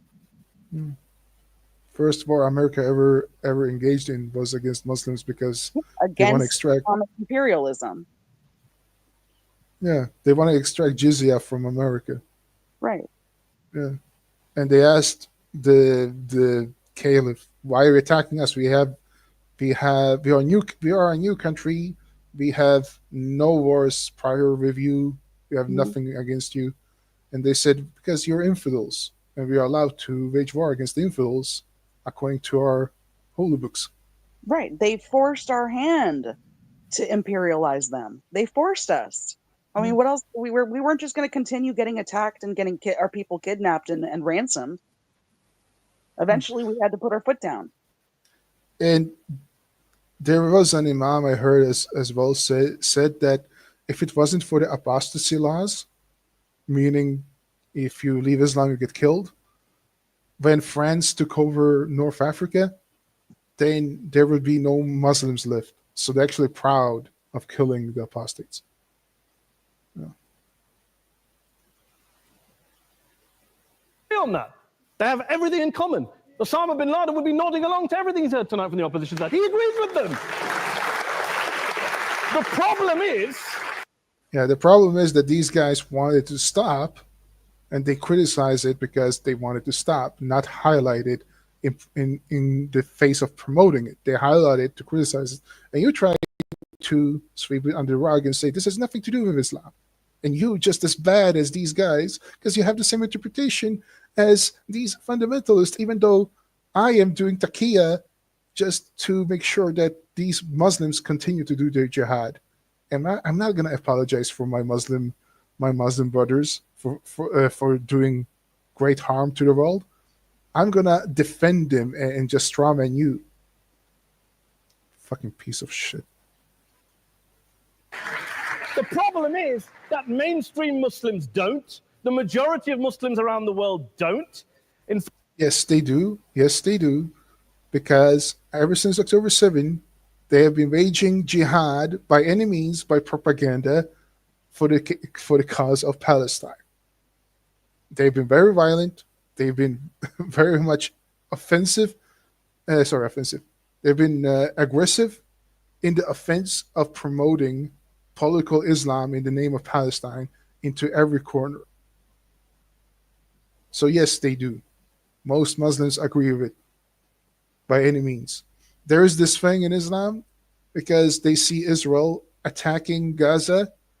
That means that infidels are attacking Muslims in their home, in their country, and therefore jihad is this is a defensive jihad, and every Muslim is obligated to participate in jihad by any means, and that's why you see the propaganda war. That's why you see all these protests. Yeah. Feel free to chime in, Jane. Okay. In fact, a gentleman here started quoting all sorts of polls. Gallup carried out the biggest poll of Muslims around the world of 50,000 Muslims in 35 countries. 93% of Muslims rejected 9/11 and suicide attacks. And of the 7% who didn't, they all, when polled and focus grouped, cited political reasons for their support for violence. No, but actually, those polls, if I remember correctly, they don't even acknowledge that these were done by Muslims. That's the thing. They saw it as an inside job. It's not religious reasons. And as for Islamic scholars and what they say, well, Daniel talks about our University of Oxford. We'll go down to Oxford Centre for Islamic Studies, get hold of a man named Sheikh Afifi al-Akiti, who is a massively well-credentialed and well-respected Islamic scholar who has studied across the world, who in the days after 7/7 published a fatwa denouncing terrorism in the name of Islam, calling for the protection of all non-combatants at all times, and describing suicide bombings as an innovation with... I gotta fact check this. They all, when polled and focus grouped, cited political reasons for their support for violence, not religious reasons. And as for Islamic scholars and what they say, well, Daniel talks about our University of Oxford. We'll go down to Oxford Centre for Islamic Studies, get hold of a man named Sheikh Afifi al-Akiti, who is a massively well-credentialed and well-respected Islamic scholar who has studied across the world, who in the days after 7/7 published a fatwa denouncing terrorism in the name of Islam, calling for the protection of all non-combatants. Okay. Afifi al-Akiti. He said he issued a fatwa. I wonder if this guy even can issue a fatwa. Defending the transgressed. On 24th of July 2005, just days after London bombings, Afifi al-Akiti wrote defending the transgressed by censoring the reckless against the killings of civilians. The foreword of which was described by Jibril Haddad as a fatwa, or response by qualified Muslim scholar against the killing of civilians.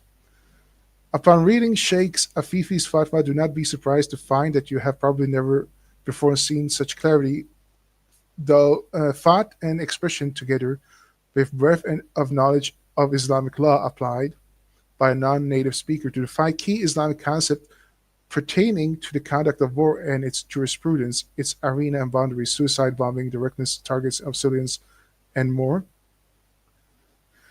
This work was freely available on the internet. It was written in response to a statement issued by the radical group Al-Mujahirun, which refers to the 9/11 hijackers as the Magnificent 19, and claims that while Muslims who live in the West are not allowed to wage war against the government, Muslims who live elsewhere do not face the same prohibition. The leaders of Al-Muhajirun, Omar Bakri Muhammad, argues that the British government broke a covenant of security with its Muslim citizens by introducing anti-terror legislation and indefinite detention of terror suspects. Where do we get Afifi al-Kati's statement? Says that Omar Bakri has no authority to issue such a war directive, as only a Muslim government could issue one. So his problem is just that, well, only a caliph could issue such a thing, because that is like according to the Sharia. If a Muslim were to carry out such an attack, he would be a murderer and not a martyr or hero. No, that is not true. This stipulates. So this is a thing. Like his whole argument stipulates that you need to be loyal to the caliph, and only the caliph can issue such a thing.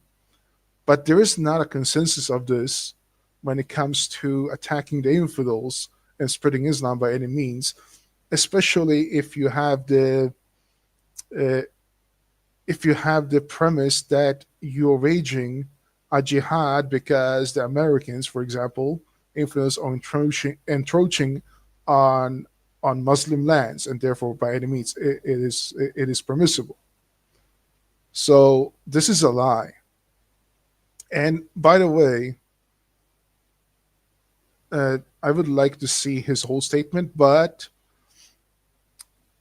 in Islam, but they say, well, civilians and stuff like that, and innocent people, they view it very differently because, as Sahar was saying, when it's talking about those who transgress, it could be anything. And when they say Islam condemns killings of innocent people, the infidels are, by the standards of the Quran, not innocent because they spread corruption in the land. So they are not innocent according to the standards of Islam anyway. So Mehdi Hassan is lying and he's referencing another liar. Any thoughts, Jane? No, carry on. Combatants at all times and describing suicide bombings as an innovation with no basis in Islamic law. Go and listen to Sheikh Tahir al-Qadri, one of Pakistan's most famous Islamic scholars, who published a 600-page fatwa condemning the killing of all innocents and all suicide bombings unconditionally without any ifs or buts. No, that's a lie. Again, the thing about who is innocent and who's not. 600. I just want to say 600 page. Like, that's longer than the Quran. What Muslim is going to read that? And if he did, it would be a thick book. Yeah, no Muslims are going to read it, but it would be a thick book, and I very much would be surprised if that is true, because then he would go against what Islam teaches, and he would be a kafir, and he would not be a respected scholar. Who is not brought up in Mehdi Hassan's whole speech? That is actually a Muslim who was promoting peace and reformation. Who? Tariq Fatah. I don't know who that is. Tariq Fatah was a Pakistani Muslim, and he was actually, I spoke to him once on Clubhouse. He didn't like me because, of course, I insulted his prophet right away. But he is very much, he died 24 April 2023. He was very much against Pakistan and tried to promote peace with India. And he was promoted by the Hindus. It was, very much against the whole thing about how Pakistan is treating infidels and all that. He was the 1% reformist Muslim. That is a very much non-existent voice in Islam. And the Pakistanis absolutely hated him. In fact, after he died, Muslims celebrated, said that he was in hell and he's boiling and stuff like that, and they were just berating him. I think even this girl, Halima, a Pakistani Brit Muslim who's absolutely crazy, she told me after he was died, she told me like, "Oh, are you happy that he's dead? I'm happy he's dead. Your hero is in hell." Blah blah blah. So this is the guy. If I was in Mehdi Hassan's shoes, and since he's Pakistani himself, he knows who this guy is. I would try to promote him, like trying to steel man like the opposition side. What I would try to do is steel man the Muslims that are trying to reform Islam, and saying that these voices should be heard because these guys are absolutely hated by Muslims too. But he does not even reference him or mention him at all. In fact, he goes on a red herring and promoting other liars. That's all he does. Yeah. There's something in Islam called taqiyya, meaning as long as you can protect the prevailing of Islam, you can lie on behalf of it and say, no, no, no, I condemn it. It's not okay. But Islam specifically was built on wars, on waging wars against people who did not practice Islam. That's how Islam grew to be what it is today. So don't come here and tell me that these terrorist attacks are not religious. Of course, they are religious. And I'm sure that right before they bomb themselves or do the horrific things that they do, they yell Allahu Akbar and they yell some sort of religious chant. Now, here's another challenge. Please go to any one of your Muslim friends, any one of your Muslim relatives. And again, I have nothing against Muslims, but I just want to show you exactly how they view the world. They view the world through a different type of lens. Here is where I disagree with him. He says, I have nothing against Muslims. I have something against Muslims. Fuck them all. Sorry. View it from a Sharia type of lens. Go and ask them, do you think the United States should turn into a Sharia law country? Go ask them if they think that the UK should turn into a Sharia law country. Sharia law is an Islamic law country. You know, completely oppressing gay rights, completely oppressing women, because that's what Sharia law is. Imagine that in the US, a woman that wants to walk without a hijab, she can't do that because if she walks without a hijab, Shabbat Shalom. That's it. She's done. So just imagine the US being a Sharia law country. Imagine Australia being a Sharia law country. Imagine the UK being a Sharia law country. Go and ask your Muslim friends if they believe in the United States or any Western country to be a Sharia law country. See what they say. And then judge for yourself. Why do I not see any Muslims condemning Hamas? Why do I not see any Muslims condemning Hezbollah or Boko Haram or all these terrorist groups that oppose the West? They just promote what's in the book. So give me a break with this ridiculous lecture. Now, do I think that a lot of Muslims are not peaceful? Of course I think they're peaceful. But I just think they don't understand their text well enough. Because if you are a devoted Muslim, you should follow the text to the letter. And the letter in this text is nothing peaceful. There's nothing new here. This is mainstream Islam, mainstream scholarship, which has said this for years. You don't go out and kill people willy-nilly in the high street or anywhere else on a bus or a mall based on verses of the Quran that you cherish. Yeah, by the way, I wanted to correct him one other thing. I don't think this is taqiyya. There is another concept when you tell half-truths.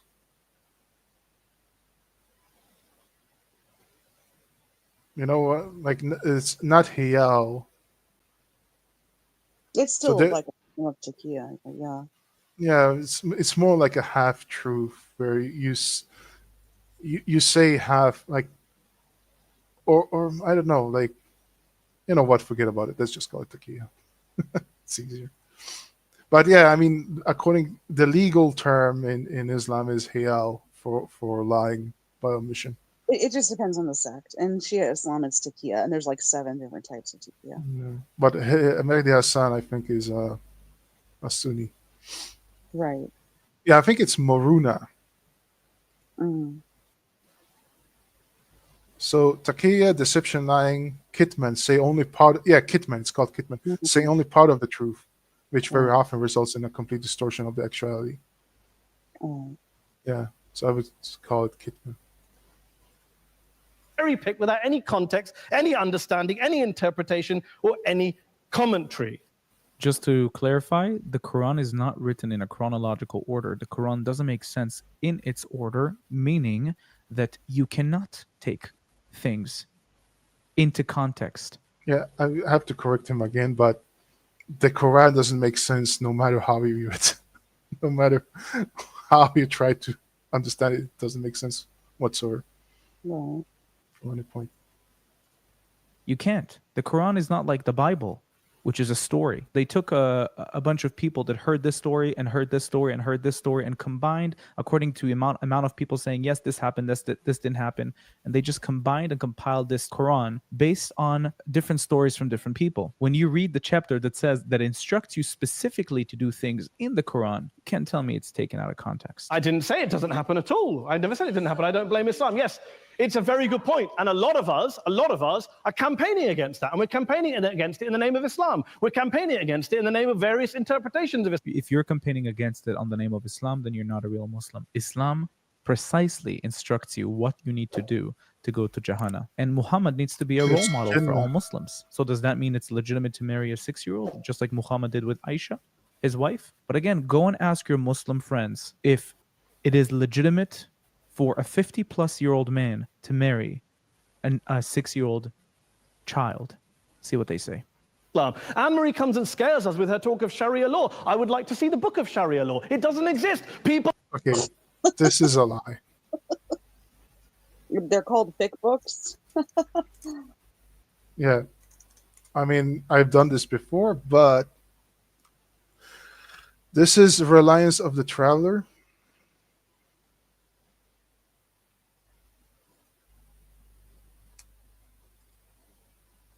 This is the Shafi School of Law, Sharia.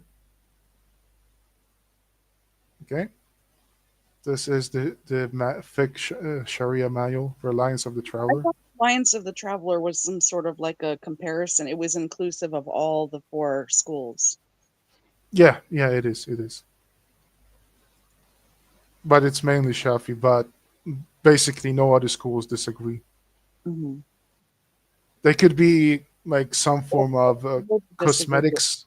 It mentions where they disagree slightly. Yeah, slightly. Cosmetic disagreements, but basically on the ruling, they do agree overall. Mm-hmm.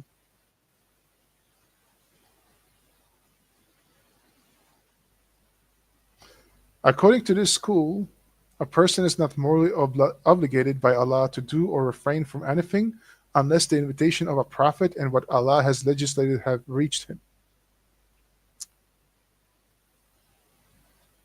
Mhm. Where is the beautiful one about marriage?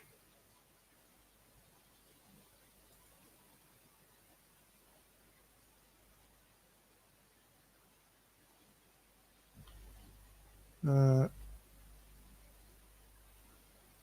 where is the one about marrying one young's daughters?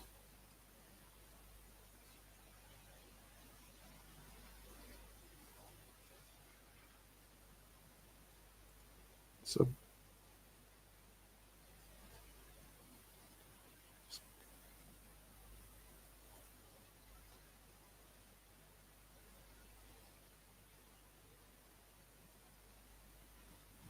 yeah, the chapter of marriage is such a beautiful thing to read in this book because it basically it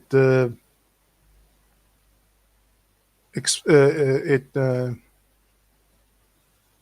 debunks all the Muslims when they talk about like when they lie basically. Where the hell was it?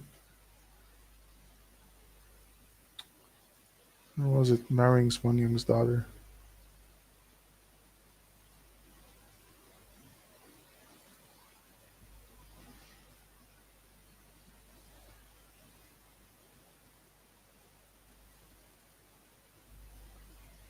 Marrying one young's. I know it is in here somewhere. Was it in the divorce one?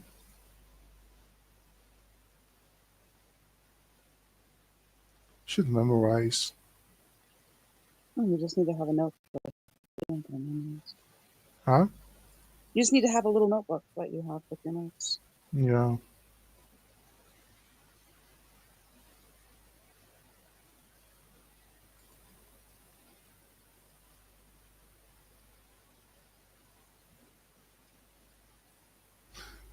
Yeah, here it is. The waiting period for a woman who does not menstruate, whether prepubescent or postmenopausal, is 3 months.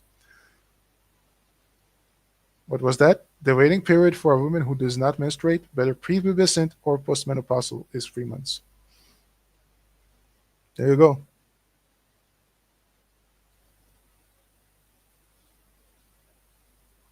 In the Maliki school, such a woman must wait 9 months. If neither pregnancy nor menses appear, she is considered to be as if menopausal, and her waiting period is 3 more months, making a total of one entire year. So this is something that Maliki and Shafi disagree about.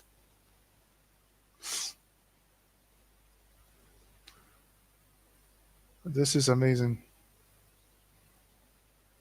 There is another one about the the father giving the consent of the child if the child is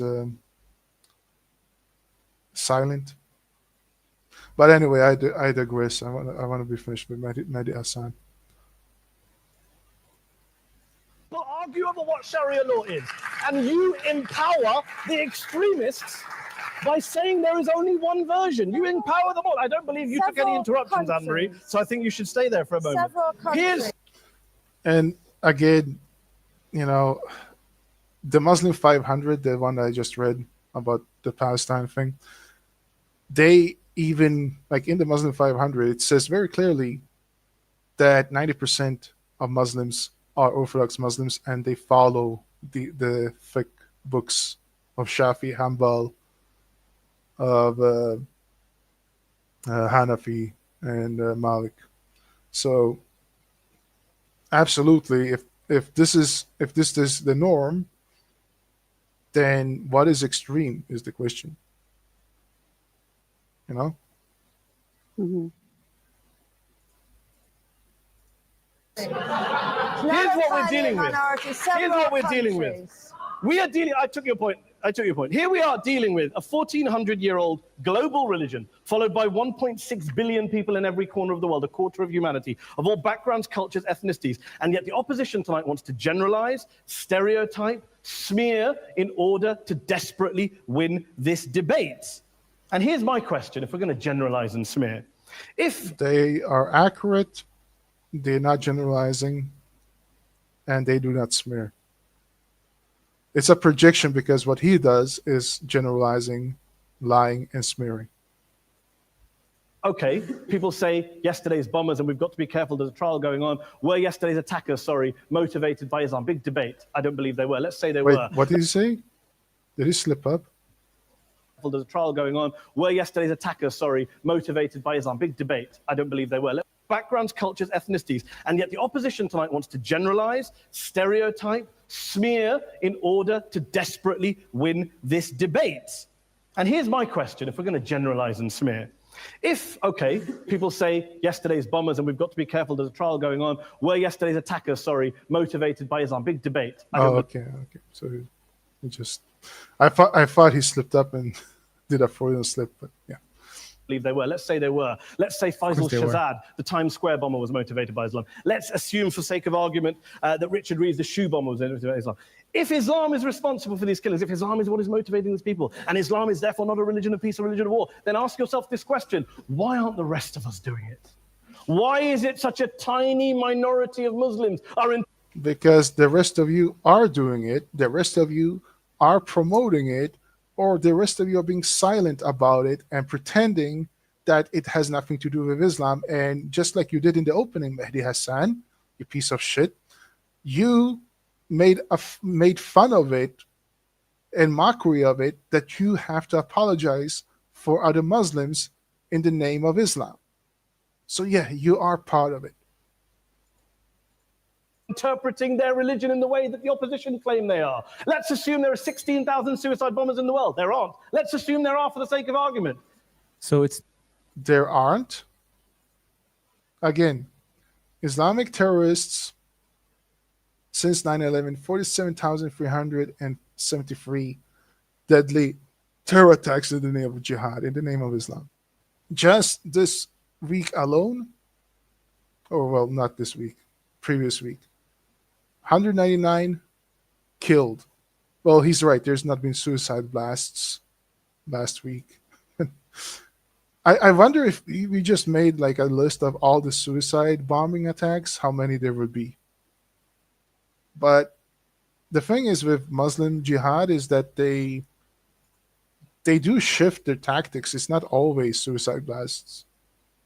There are different tactics, but by any means to infuse terror upon the enemies.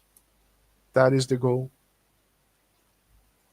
it's not that Mehdi Hassan performs these acts, but the fact that he goes to Oxford to protect Islam and claim it is a religion of peace, he now lowers the guards again so other Muslims can commit more attacks, and then Mini Hassan can go again and say, oh, no, no, these are just radical people. They don't represent us. 0.001% of the Muslim population globally. What about the other 99.99% of Muslims who the opposition tonight either ignore or smear? The reality is that the rest of us aren't blowing ourselves up tonight. The reality is that the opposition came here tonight not worried about the fact that me. Yeah, the rest of you are promoting it silently.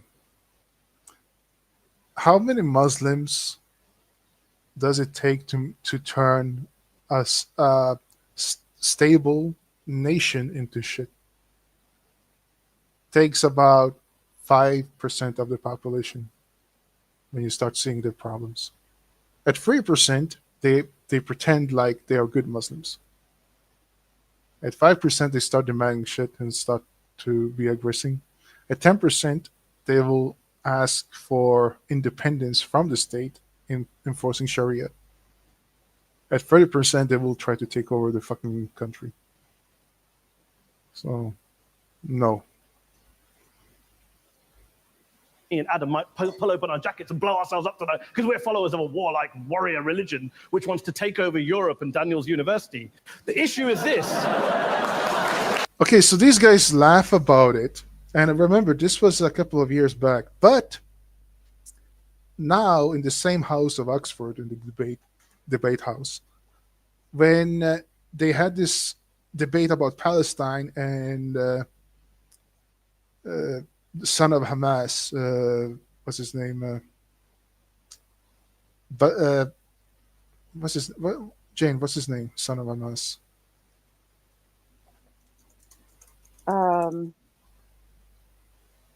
Musab Hassan Yusuf. When he was there, it was a shit show, and it was actually taken over by Muslims. Musab Hassan Yusuf even said this house has been taken over by Muslims. So yeah, that is what they plan to do. And they already succeeded, sadly, in parts of Britain.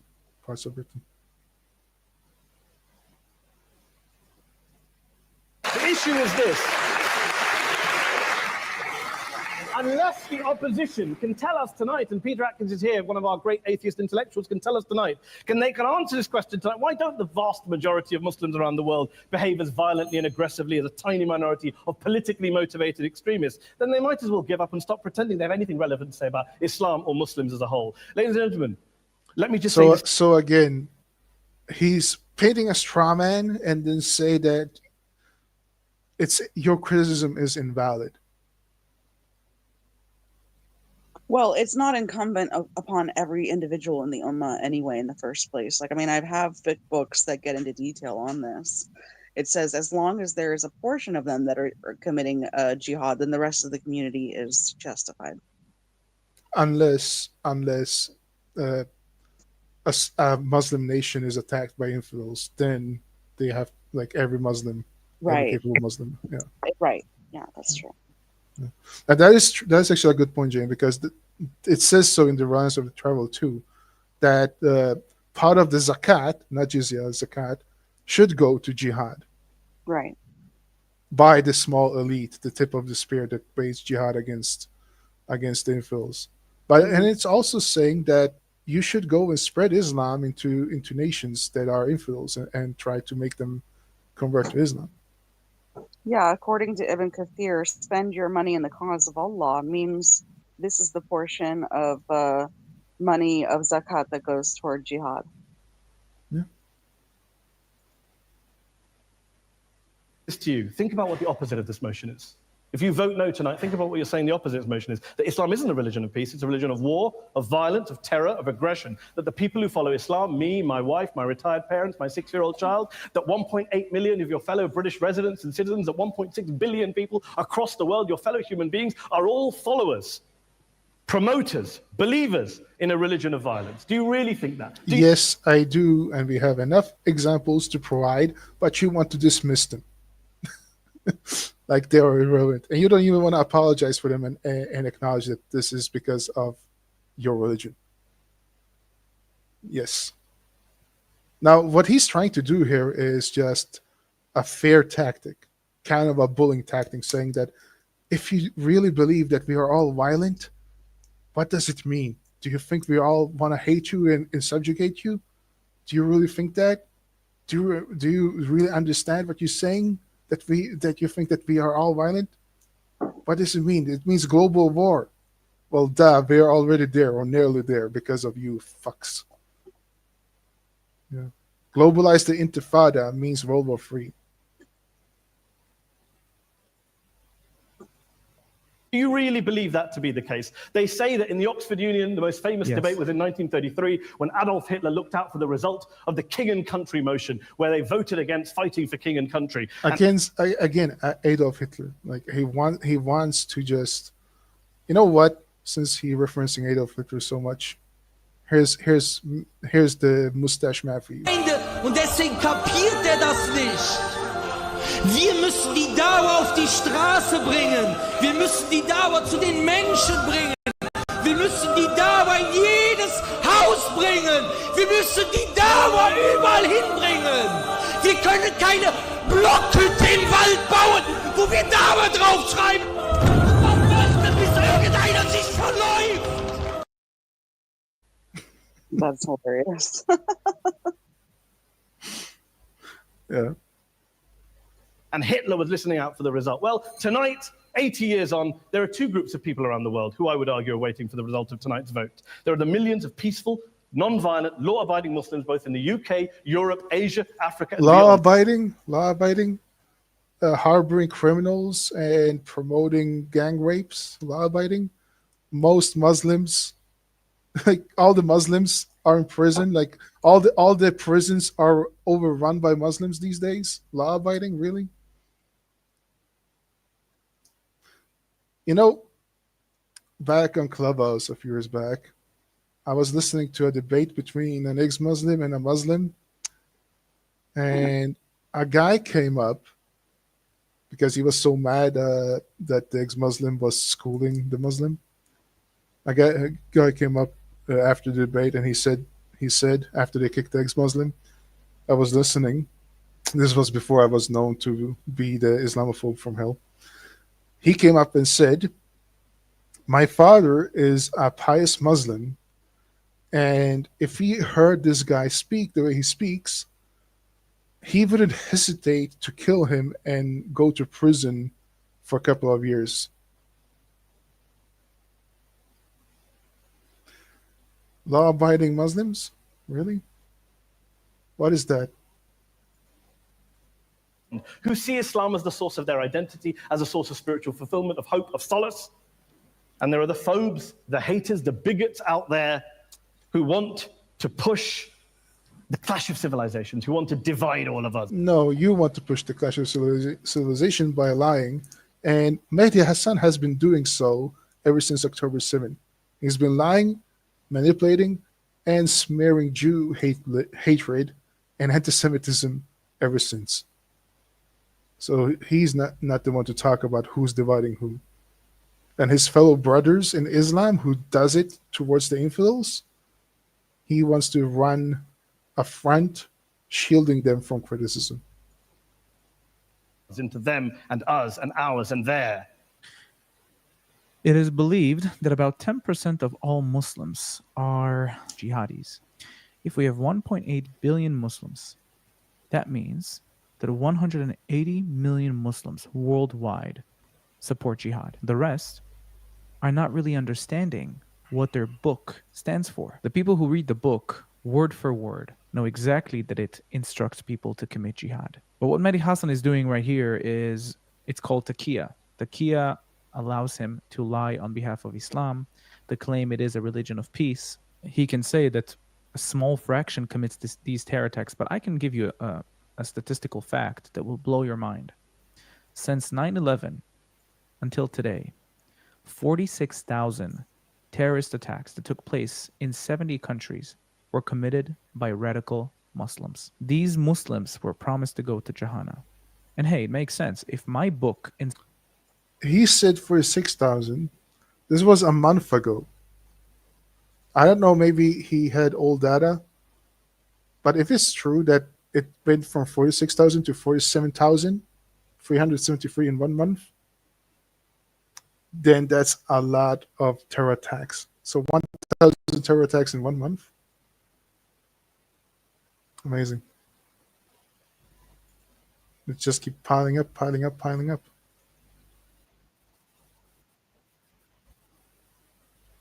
Go ahead and do it.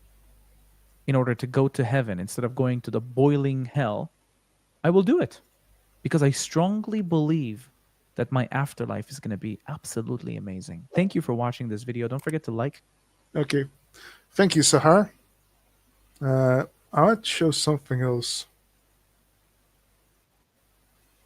This is Mehdi Hassan interviewing Richard Dawkins a while back. By the way, before I continue, Jane, you have anything to add? No, I'm good. Okay. All right. So this is Richard Dawkins being interviewed by Mehdi Hassan. About what's true. I mean, do you actually believe in your Muslim faith? Do you believe that Muhammad split the moon in two? Do you believe that Muhammad flew to heaven on a winged horse, for example? I pay you the compliment of assuming that you don't. No, I do. I believe it. You believe that? You believe that Muhammad went to heaven on a winged horse? Yes, I believe in God. I believe in miracles. I believe in revelation. I mean, the point here is that let's assume I'm wrong. So, like, this is a journalist, and I remember this blew Richard Dawkins' mind. That somebody who is an esteemed journalist in Britain actually believes this bullshit. I wonder if Mehdi Hassan also believed that Muhammad did nothing wrong when he married Aisha.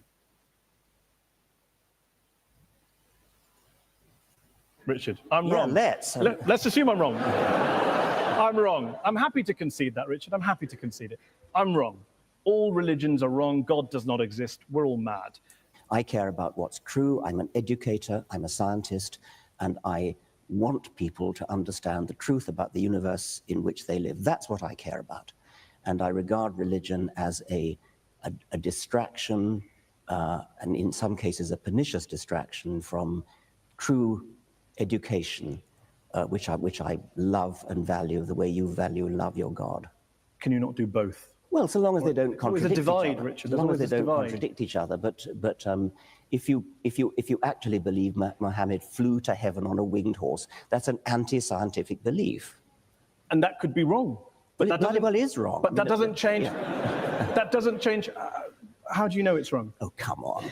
You're a man of the 21st century. No, I'm just asking. It comes back to my original question. The rational position went is the up to agnostic. heaven, The up rational there. position is the agnostic position. Why up there? What, I mean, The you know, rational position. I didn't say up there. I didn't pick a place. okay, You well, picked a place. why would a winged horse be the way to get to heaven if it's not up there? I asked a question about. You asked about proof. I'm all for saying I can't prove it, but can you prove he didn't do it? I mean, this is. This is the mind of a educated Muslim. Okay, this is Mehdi Hassan, very prominent figure, a Muslim figure in Britain. This is the mind of a Muslim. Yeah, this is how retarded they are. Yeah. I the prove end he old didn't debate. fly to heaven This on is a the end. winged I'm horse. just asking on your criteria. I'm just asking on No, your I criteria. can't prove it, and I can't prove it wasn't a golden unicorn. But I'm fascinated that you'd rather. I'm fascinated that you'd rather talk about what animals the Prophet may or may not have used 1,400 years ago, rather than talk about what Muslims or Islam is doing in the world today, good or bad. Well, That's Oh yeah, I mean we've discussed this already, but Mehdi Hassan is absolutely determined to sugarcoat Islam by all the bad things Muslims are doing. Like Mehdi, yeah, like this is the thing with Muslims: you can't win. You go to their stupid book and their stupid beliefs. They're like, "Oh, let's talk about how Muslims are doing what they're doing today. Aren't they great?"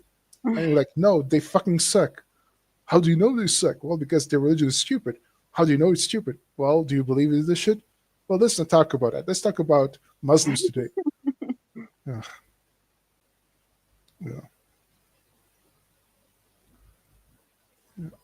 seems to be the distraction. If anyone's distracted, it seems to be you. Well, that's your view. I'm fascinated by how somebody, a respected, sophisticated journalist in the 21st century, can believe that a prophet flew to heaven on a winged horse. Let me ask you this. Are all people who hold beliefs in God and in miracles and the supernatural, do you regard them all as intellectually inferior to you? I regard those beliefs as intellectual nonsense. I don't regard the individuals as intellectually inferior to me because many of them palpably are not. A personal question from me. You talk about how to teach children that there is one God or that God created the world in 6 days, that is child abuse. To even teach your children religion is child abuse. So, I have a daughter. I teach her about Islam and the horse. Am I guilty of child abuse? Do you teach her the world was created in 6 days? No, because Islam doesn't teach that, Richard. I'm delighted to hear that. Yeah, this is a lie because Islam teaches that it was either 6, 7, or 8 days. You know about that, Jane? That's why he doesn't teach that, because he doesn't know which. Yeah. I think God Logic unraveled that one, where it's contradictory stories in the Quran. Oh yeah, Christian Prince covered that, probably decades. Yeah, there's like one that says 6 days, and the other one, when you add it up, it's 8 days. Right. Yeah. Ask Oh, well, they did the job for us. Your Lord is Allah who created heavens and earth in 6 days. This is the first one, but the other one says, It was abrogated. yeah, the other one abrogates this one. Yeah. 11:7.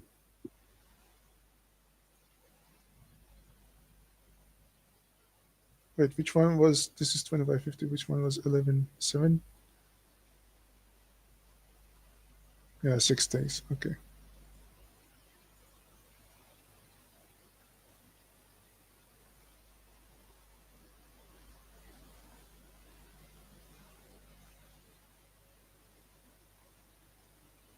Okay, let's open up to the audience. We've been talking about God. Which one was the last one?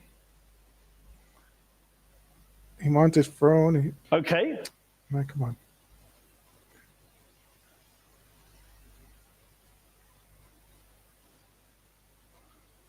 Yeah, they don't go through that 8 days. Those that goes for 8 days, but never mind.